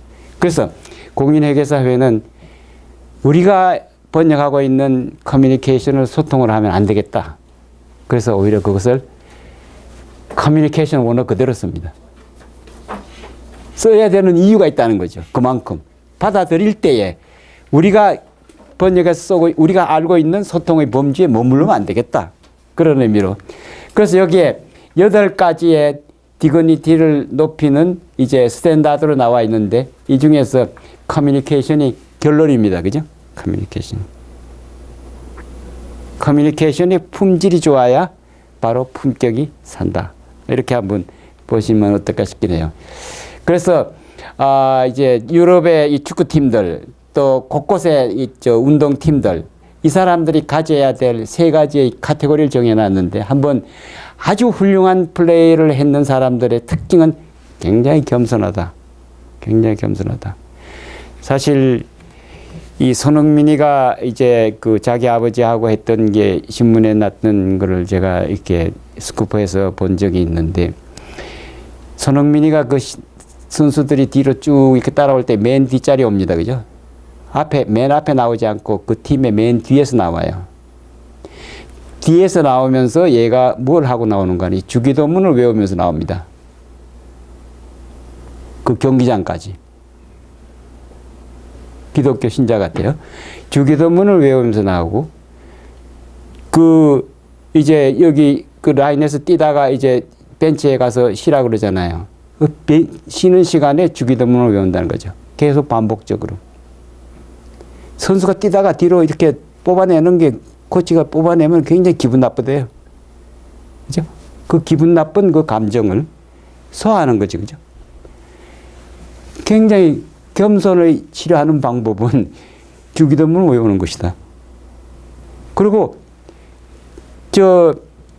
우리 곳곳에 이 골프 핸디를 조정하고 뭐 하는 과정에 마지막 순간에 퍼팅하기 전에 뭔가 자기 나름대로의 뭔가 신념을 가지고 있으면 그 한마디를 하고 퍼팅을 하면은 퍼팅에 효과가 있는 이 최경주 얘기가 그 얘기거든요. 본인이 성공했을 때 그때 위네에서 타이틀을 받았을 때 보니까 부인이 아침에 일어나니까 자기 보고 그러더래요. 한 홀에서부터 다음 홀까지 넘어갈 때 쉬는 기간에 주기도문을 외우라 그랬다 이거죠. 그렇게 했더니만 마지막 순간에 자기가 트로피를 안았다 이거죠. 그래서 그 삼성그룹에서 프로암을 하는 데서 최경주 씨가 나와서 하는 실화입니다. 제가 현장에서 들은 거예요. 실제로 본인은 어떻게 쳤는지도 모르는 상태에 마무리가 되더라 이거죠.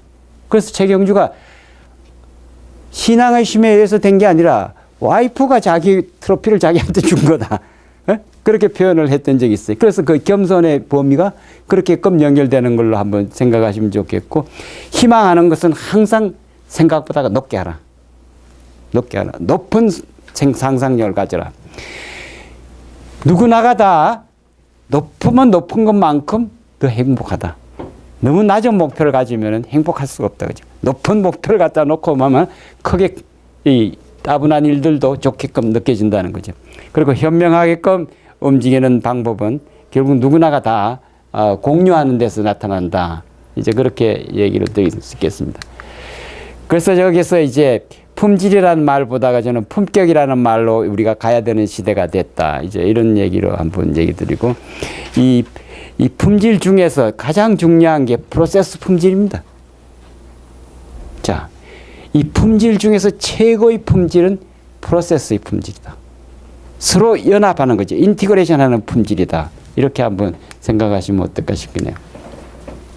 그래서 품질에 관련되는 얘기를 하면서 이제 여기를 마무리를 하고, 사실은 ISO가 전 세계적으로 이제 우리한테 많은 지침을 주는데, 물론 우리가 준수하고 우리가 받아들이고 해야 되겠죠.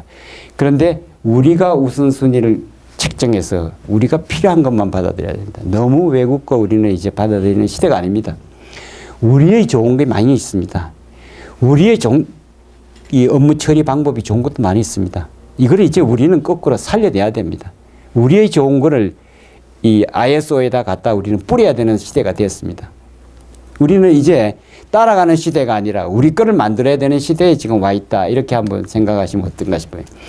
플랜 두 체크 액트인데, 사실 플랜 두 체크 액트라는 말은 모든 사람이 저렇게 행동하는데 규칙적으로 단계를 끊어서 보면은 하나하나가 의미 있는 시간들이라는 겁니다.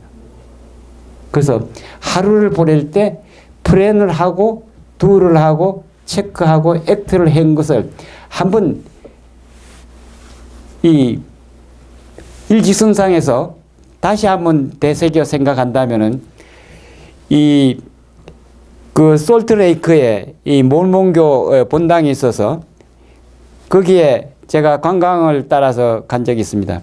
그 몰몬교 교당을 돌아다니면서 한국판 뭐 번역된 한국 서적도 있고 또 한국 사람을 위해서 설명해 주는 이제 그런 분들도 있고 관광 안내 분이 다 해줬기 때문에 따라 들었습니다만은 거기서 얘기하는 게 겁니다. 몰몬교에서 오늘 저녁에 이 10시나 11시나 돼서 주무실 때 그 주무시는 순간은 이 세상을 마무리하는 시간입니다. 내일 아침에 있다는 보장이 없습니다. 오늘 저녁에 늦은 시간에 주무시는 시간에 5분은 플랜 두 체크 액트를 하라는 메시지로 자기를 돌아보라. 그리고 그 이튿날 아침에 눈이 떴어요. 그죠? 눈이 떴는데 5분 동안은 내가 오늘 하루에 새로운 날이 나한테 왔는데 새로운 부활의 시간이 나한테 왔는데 부활에 된 이 하루에 나는 뭘 할 것인가? 플랜 두 체크 액트 할 거를 내가 하나를 짚고서 일어선다. 하루에. 자, 하루의 마무리를 그렇게 하고 하루의 시작을 그렇게 하라. 이런 메시지로 몰몬교 교당에서 전파하는 메시지다 이거죠. 기독교적인 생각이긴 하지만은 플랜 두 체크 액트에 갖다 놓고 그렇게 시간 낭비를 하지 말라. 시간을 가치 있게 써라. 그런 메시지로 하는 얘기를 이제 듣게 됐던 적이 있습니다. 마찬가지로 ISO도 정통적인 이 기독교적인 사고 속에서 플랜 두 체크 액트가 나온 겁니다. 우리나라도 사실은 그렇죠. 우리도 다 이렇게 살죠. 사는데 이걸 규범화했다는 것밖에는 차이가 없다는 거죠. 그래서 여기에 체크를 보면은 매니지먼트 리뷰가 나와 있어요. 경영자가 되돌아봐야 되는 거예요. 경영자가. 그죠? 의사결정한 사람이 되돌아봐야 되겠고 인터널 오디트 중간에 있어요. 굉장히 중요한 역할입니다. 매니지먼트가 리뷰된 게 제대로 된 건가 아닌 건가. 그죠? 매니지먼트가 리뷰를 하는데 리뷰한 게 제대로 된 건가 아닌가가 오디트 입장에서는 챙겨야 되는 입장이죠. 마찬가지로 결과가 성과가 좋은가 아닌가를 오디시 어시오런스 해줘야 돼요. 어디에 표창 받잖아요. 표창 받는 뒤에 표창이 과연 적절한가 안 한가가 감사팀에서 해줘야 돼요. 제가 있었던 어떤 직장의 경우에 어느 부서에 가면은 계속 그 자리는 계속 표창을 받고 승진하는 자리예요. 그게 공장이었어요. 어느 공장이. 공장이었는데 그 자리에 가면은 첨단 부문의 제품을 만들어내니까 첨단에서는 끊임없이 기술 경쟁이 일어나니까 조금 뭐 품질 개선이 일어나잖아요. 그러면 회사 수익에 쭉쭉 영향을 많이 미치거든요. 그러니까 그 부분에만 계속적으로 성장하는 거예요. 성진하고 발전하고 그렇게 됩니다. 뒤에 한참 동안 이제 이렇게 지나고 난 다음에 그 안에서 문제가 생겼어요. 일본인 전문 어드바이스가 하는 얘기가 아무래도 이게 숫자가 자꾸 분식이 되는 것 같다. 이 성과를 내는 그게 회사 숫자가 신뢰감이 없는 것 같다.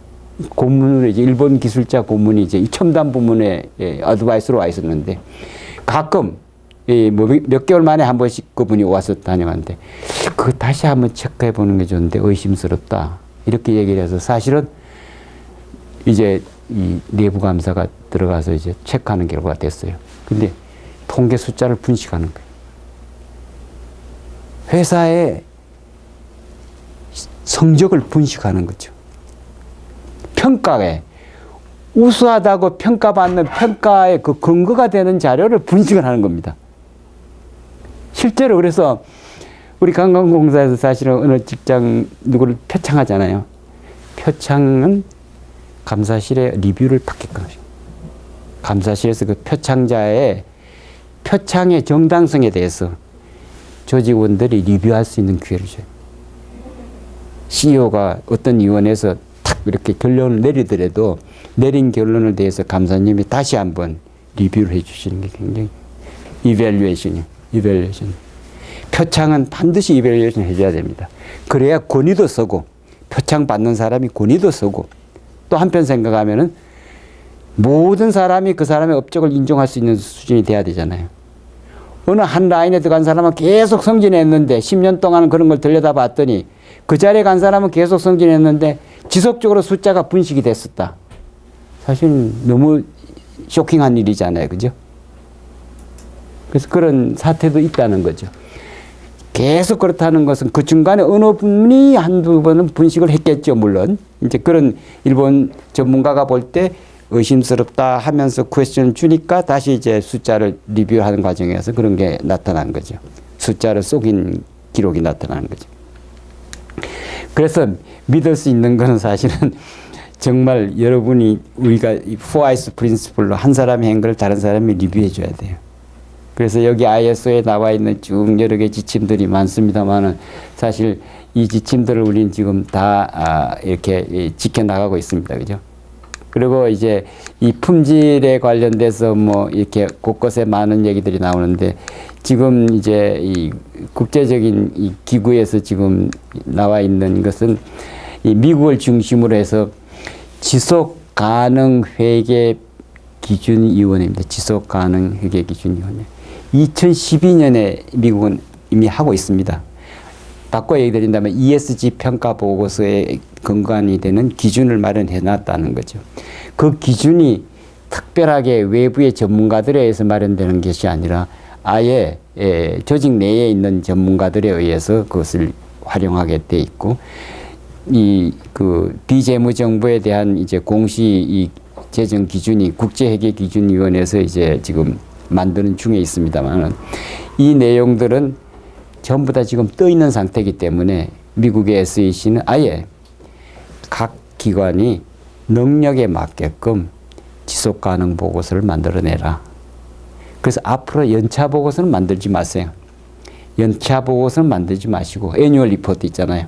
그건 없애버리고 아예 지속 가능 보고서나 또 ESG 보고서나 통합 보고서로 이름을 바꿔서 발표를 하시면서 모든 거를 내부에서 있는 분들이 내부의 정보를 거기에 실을 수 있는 것들은 다 자랑거리들은 다 실은 거죠.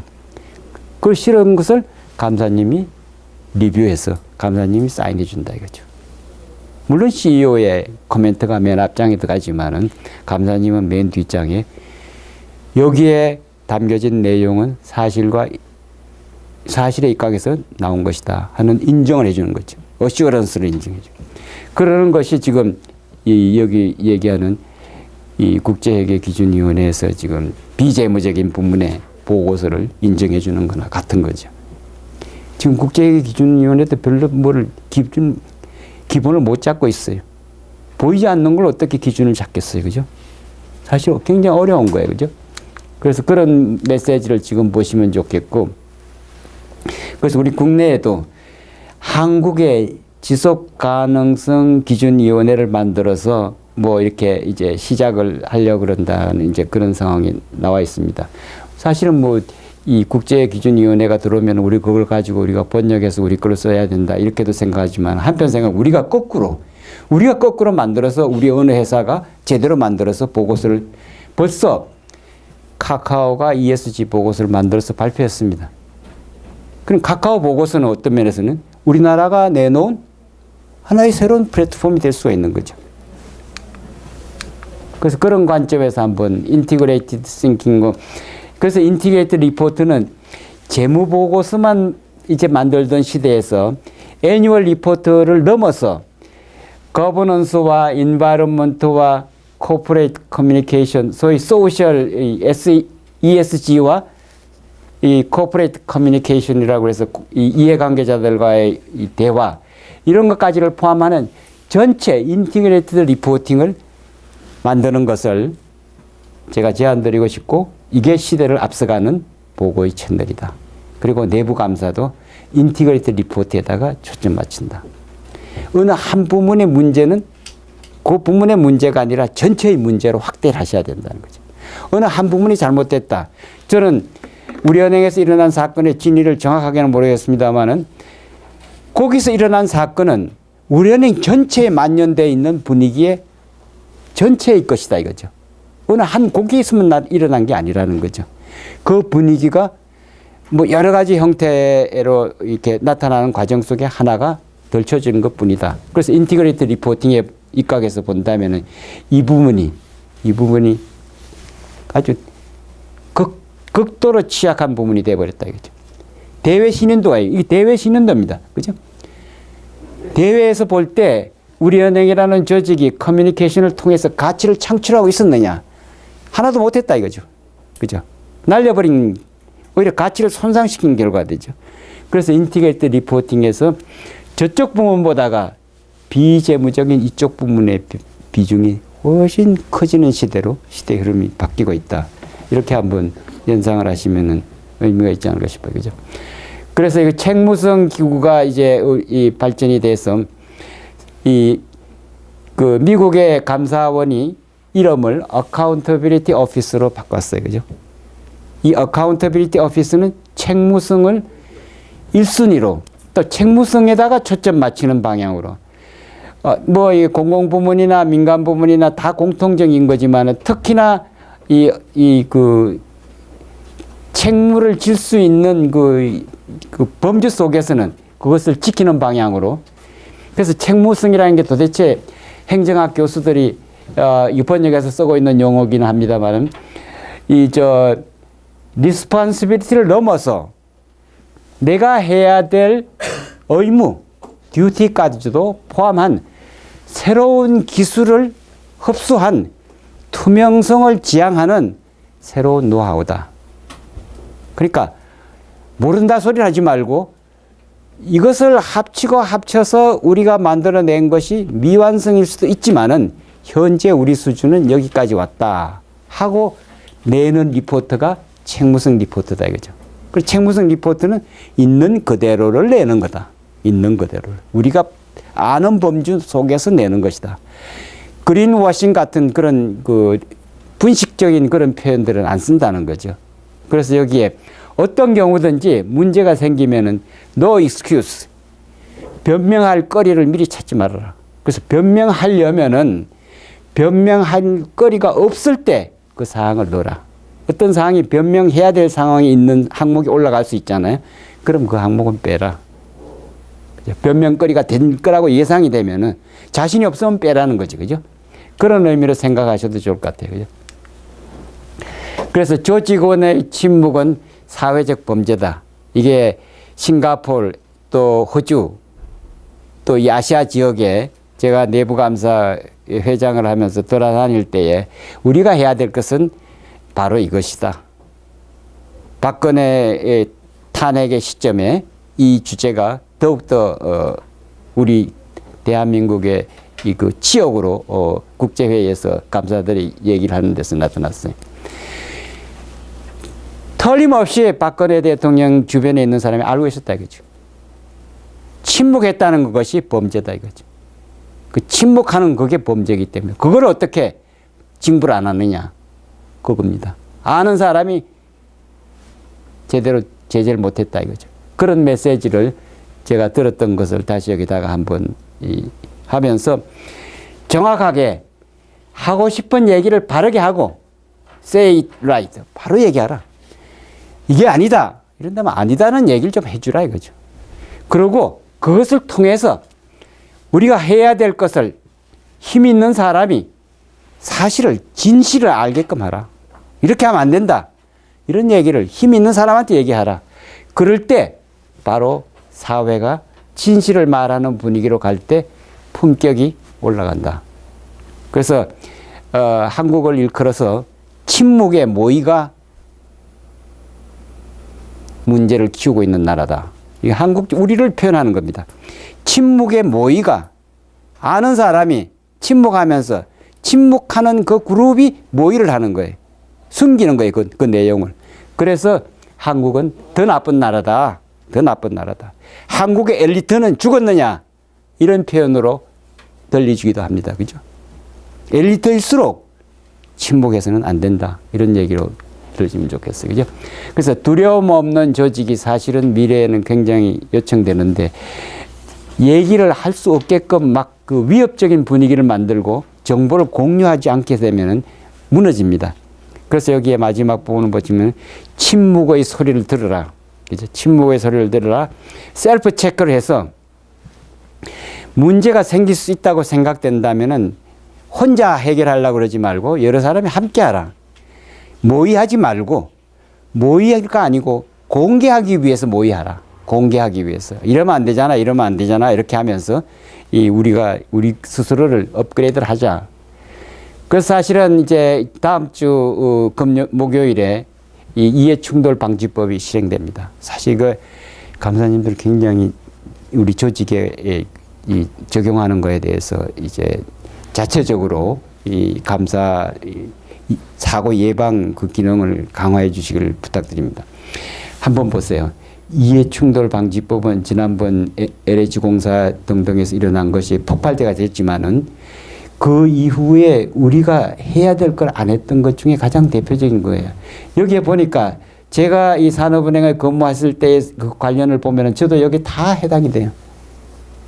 전부 이해충돌되는 걸 제가 무수히 많이 한 거예요. 사적 이해관계자가 문제가 있으면은 자기 행위를 사실대로 신고를 하고 하면은 그 순간에 문제가 풀리는 거예요. 다음에 문제가 생기더라도 그 사람은 그걸 신고하고 했다. 그래서 이 트루만 대통령이 자기 어머니의 땅이 소송 당사자가 돼서 이제 이 토지를 분양하는 상황이 생기는데 그 분양하는 토지의 대금을 재판의 결과에 의해서 가격이 설정이 돼서 분양대금이 가는 그런 소송을 받게 되는데 자기가 소송을 판사로서 맡았는데 판사로서 맡은 그 소송 내용에 자기 어머니 땅이 여기에 포함이 되어 있는 거예요. 이해관계가 충돌이 생기는 거예요. 자기 어머니의 땅에 보상 가격을 설정하는 것을 재판관이 결정하는 거잖아요. 판결에서. 그렇게 되니까 내가 이것을 담당하면 안 되겠다 하고 다른 이제 법관들한테 이렇게 얘기를 해서 이제 소위원회가 얘기가 열렸는데 거기서 나온 결론이 트루먼이 자기 어머니 땅이 거기에 있는 그런 사건에 관련되는 프라이싱을 결정하는 재판의 과정에 자기가 스스로 안 하겠다고 얘기를 했기 때문에 이해충돌 방지의 기본이 이미 이루어졌다. 공정하게 판결하겠다는 신뢰감이 거기 생겼다는 거죠.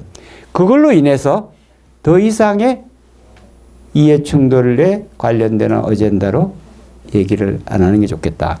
이렇게 해서 그분이 재판을 했어요. 재판을 했는 것 중에 모든 다른 사람들은 적정 가격으로 현재 적정 가격으로 보상을 하는 걸로 하고 자기 어머니의 땅은 자기가 판사로서 공직을 떠날 때까지 그죠? 대금을 지급하지 않는다. 대금 지급을 보류한다. 이런 조건에 불리한 조건에 판결을 내린 거예요. 그죠? 자기 어머니의 땅은 자기가 떠날 때에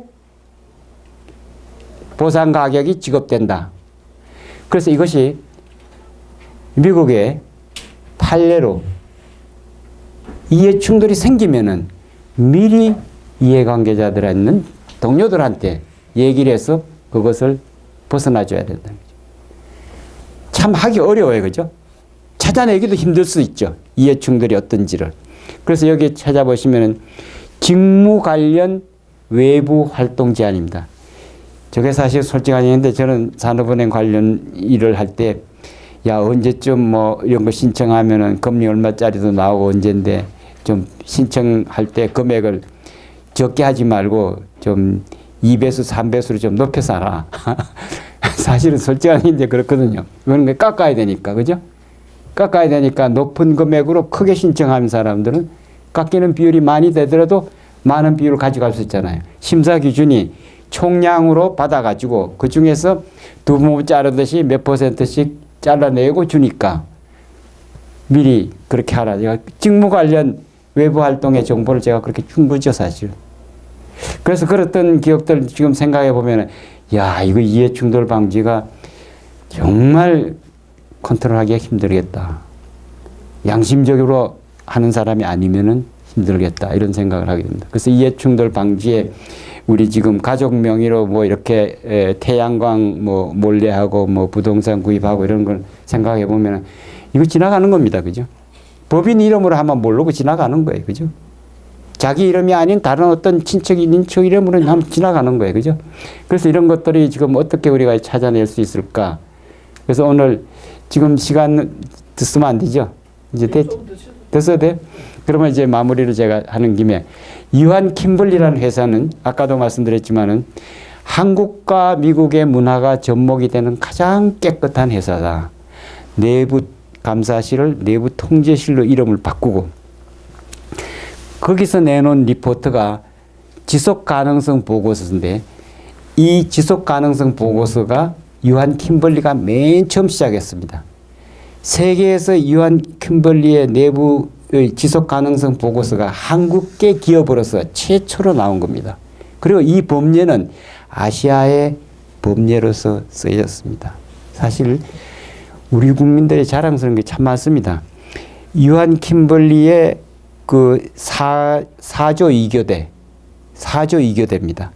4조 2교대인데 노무자들이 4조를 짜서 2조들끼리만 돌아가면서 이 일을 바꿔가면서 이제 이 밤낮으로 일을 하게 되고 나머지 2조 중에 한 조는 쉬고 다른 한 조는 교육을 받습니다.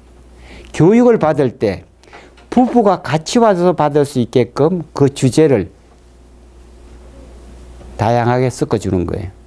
그러니까 유한 킴벌리의 4조 2교대에 2팀은 현장에 들어가는데 나머지 2팀은 한 팀은 대기 상태고 다른 한 팀은 교육을 받고 있는 거예요. 그 교육받는 그 과정에 남녀가 부부가 같이 교육을 받을 수 있게 돼 있어요. 사내 교육이 퀄리티 교육을 시키는 거죠. 그렇게끔 했기 때문에 여기에 이 지향점은 사람이 희망이라는 주제입니다. 이게 유한 킴벌리의 그 로고입니다. 메시지입니다. 사람이 희망이고 사회적 가치에 도움이 되지 않는 일을 하면 안 된다. 그래서 우리나라에서 명예의 전당에 들어가 있고 기업 문화를 변화를 선도해서 스마트 오피스 경영으로 모델로 지금 떠올라서 이 우리 지금 지속가능 보고서의 법례가 아시아 존에서 유한 킴벌리 보고서가 베스트 프랙티스로 알려진 그런 이 계기가 있었다. 이런 말씀을 좀 드리고 싶고. 그 다음에 이제 KT가 통합 보고서를 2021년 작년에 만든 거죠. 그래서 이 KT가 최초의 우리나라의 통합 보고서입니다. 이게 EU를 중심으로 해서 통합 보고서를 하고 있는데 우리나라 기업으로서 최초로 통합 보고서를 만든 겁니다. 그래서 우리가 관광공사의 내년도 연차 보고서를 KT처럼 통합 보고서로 하면 그죠? ESG도 포함하고 지속 가능성도 포함하고 종전의 연차 보고서의 내용도 포함하고 그죠? 보고서만 하나만 낸다는 게요.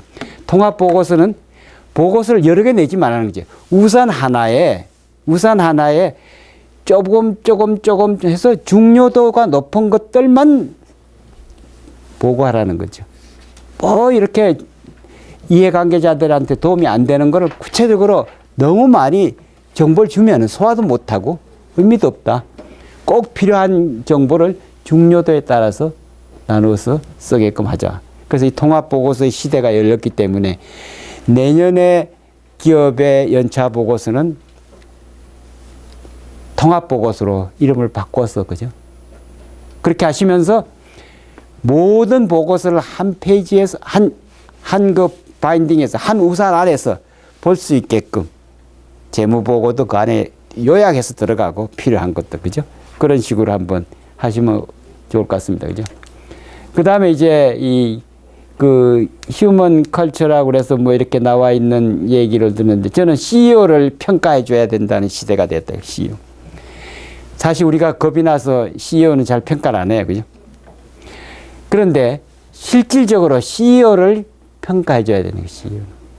공기업에 이제 그 기재부에서 이제 평가를 하기는 합니다만은 CEO 평가를 우리는 중요한 어젠다로 이제는 올려와야 된다는 거죠. 유럽에서도 품질을 평가할 때 경영자의 품질 평가의 중요한 항목으로 이제 픽업되기 시작을 했습니다. 그죠? 그래서 이제는 재무제표에 나타나는 이게 얼마가 중요한 게 아니라 CEO의 품격이 어떠냐.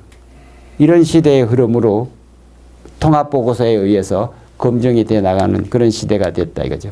그래서 그런 점을 한번 좀 말씀드리고 싶고, 지금 해오던 거는 전부 잘못된 건 아니지만은 전부 잘못됐다고 생각하고 다시 한번 생각하자. 지금까지 우리가 했던 거는 다 잘못됐다고 다시 한번 생각하고 거기서부터 새로 출발하자. Think again. 모든 것을 새롭게 다시 한번 생각하자. 시대 흐름에 안 맞는 것 같다. 안 맞으면 좀 고치자. 고치는 것을 전제로 하면서 들려자 보자.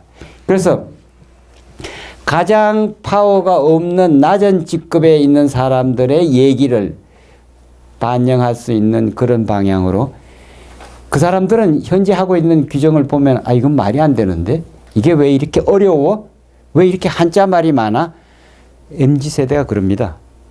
우리 규정 들여다보면 우리 한자 말이 참 많잖아요. 왜 이렇게 어렵게 썼어? 그죠? 왜 이렇게 쉽게 못해? 왜 쉬운 말을 왜 못 써? 우리가 이런 말을 전혀 배운 적이 없는데 이런 얘기를 한다는 겁니다.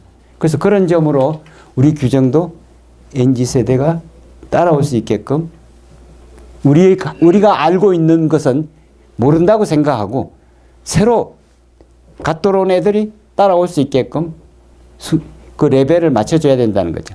그래서 그런 점을 한번 연상을 좀 시키기를 부탁드리고, 이제 이 감사는 통합 문화감사라는 제목으로 한번 이렇게 이 최종 이 마무리를 한번 제가 드리고 싶고, 특히 이 중부 발전의 경우처럼 감사팀과 회계법인이 해외 자회사에 가서 할 때 합동 현장 감사를 한다 이거죠.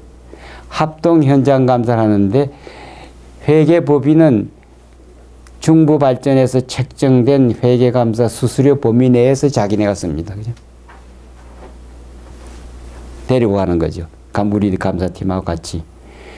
뿐만 아니라 내부에서도 IT팀을 감사할 때는 우리 감사팀의 IT 전문가가 대부분 없으니까 감사팀에 있는 IT와 관련되는 데스크에 그래도 좀 더 젊은 이 엘리트가 있다고 생각된다면 그 사람하고 회계법인의 IT 전문가가 와라.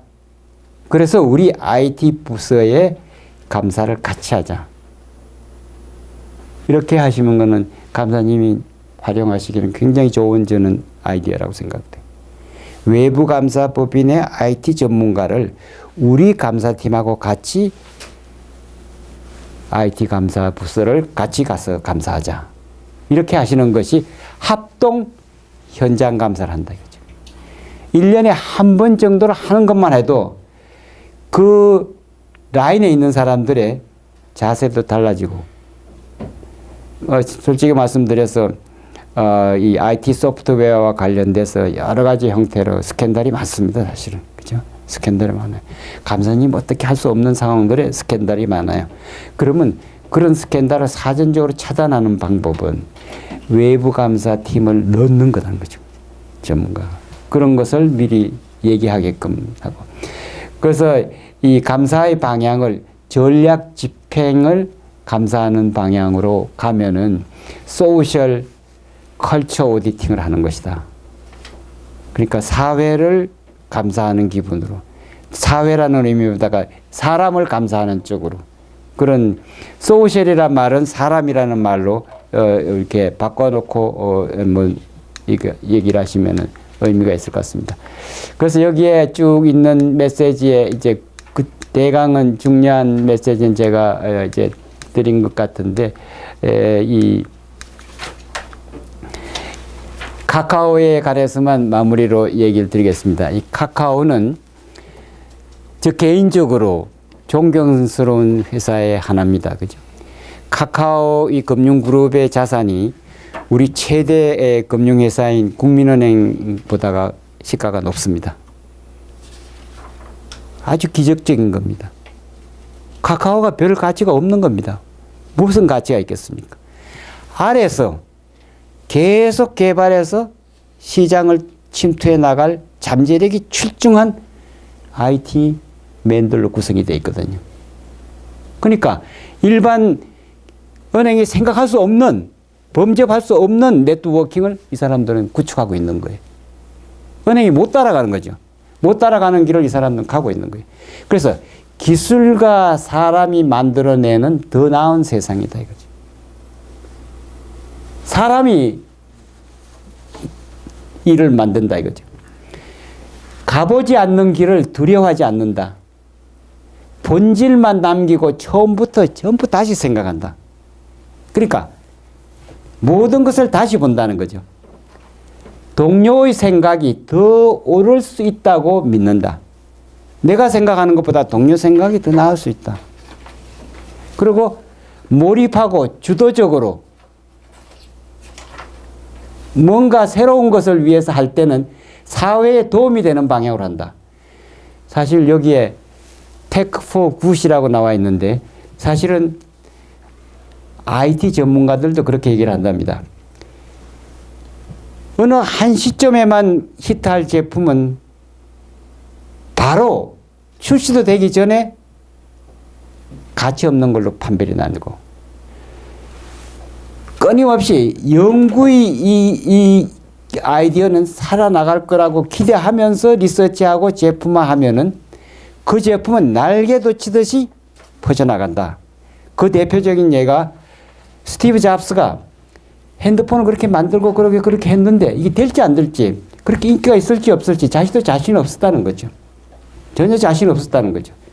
그냥 한번 해본 거라는 거죠. 자기는 그냥 한번 해본 거다 이거죠. 해본 건데 영원히 쓸 수 있을 것처럼 그런 생각을 갖고 프레젠테이션을 했다는 거죠. 프레젠테이션을 할 때 모두가 공유하고 누구나가 좋아하고 영원히 쓸 수 있는 거라고 생각을 했기 때문에, 그런 표현을 했기 때문에 그것이 바로 센세이션을 일으켜서 더 큰 세상으로 발전해 나갔다. 그래서 여기에 이 카카오의 김범수 위원장이 했던 이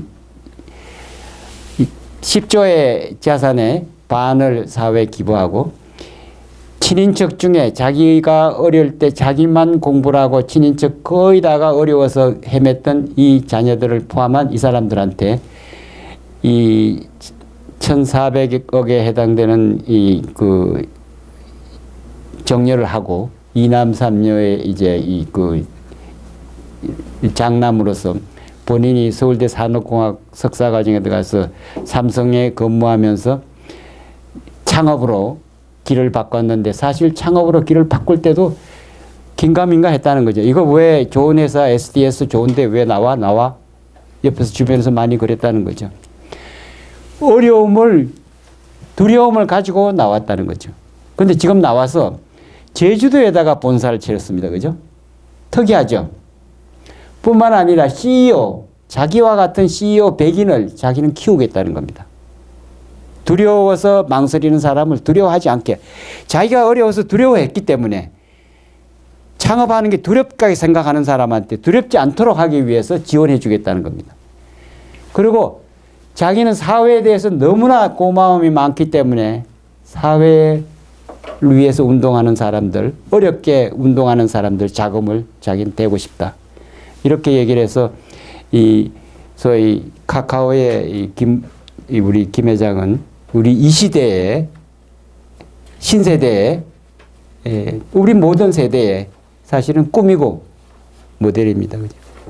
그래서 자 이제 결론상으로 말씀드린다면 감사의 방향을 이제 이 인간 중심의 미래지향적으로 장기적으로 사회에 도움이 되는 방향으로 일하도록 가이드하는 그런 이 안내를 하시면서 감사라는 말보다가 인정이라는 말을 좀 더 의식을 하시고 또 내부적으로 이 컨트롤의 이미지로 얘기를 하니까 자꾸 이렇게 왜 자꾸 컨트롤하려고 그러느냐 이렇게 얘기 나오는데 이것을 오히려 거꾸로 절제하라.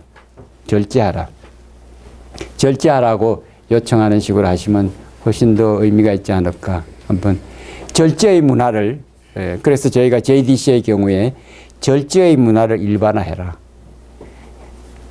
감정 조절하는 것도 절제고 또 비용 전략하는 것도 절제고 또 누구와 더불어 얘기할 때 시간을 보냈는데 아웃풋이 나오는 의사결정에 회의록을 만들어내게끔 가이드하는 그런 일을 하는 걸 기대합니다. 그래서 이게 두서없이 그냥 제가 이 단면만 이렇게 얘기 드렸는데 이게 볼륨이 아마 많게 돼 있을 거라고 생각되는데 뭐 그냥 뒷부분에는 우리 이 젊은 직원들이 이제 팔로우를 하고 있었으니까 감사님들이 혹시 시간이 되신다면 이 온라인이나 오프라인에서 저희 그 이제 프로그램도 한번 관심 갖고 하시면 의미가 있을 거라고 생각됩니다. 네, 감사합니다. 네.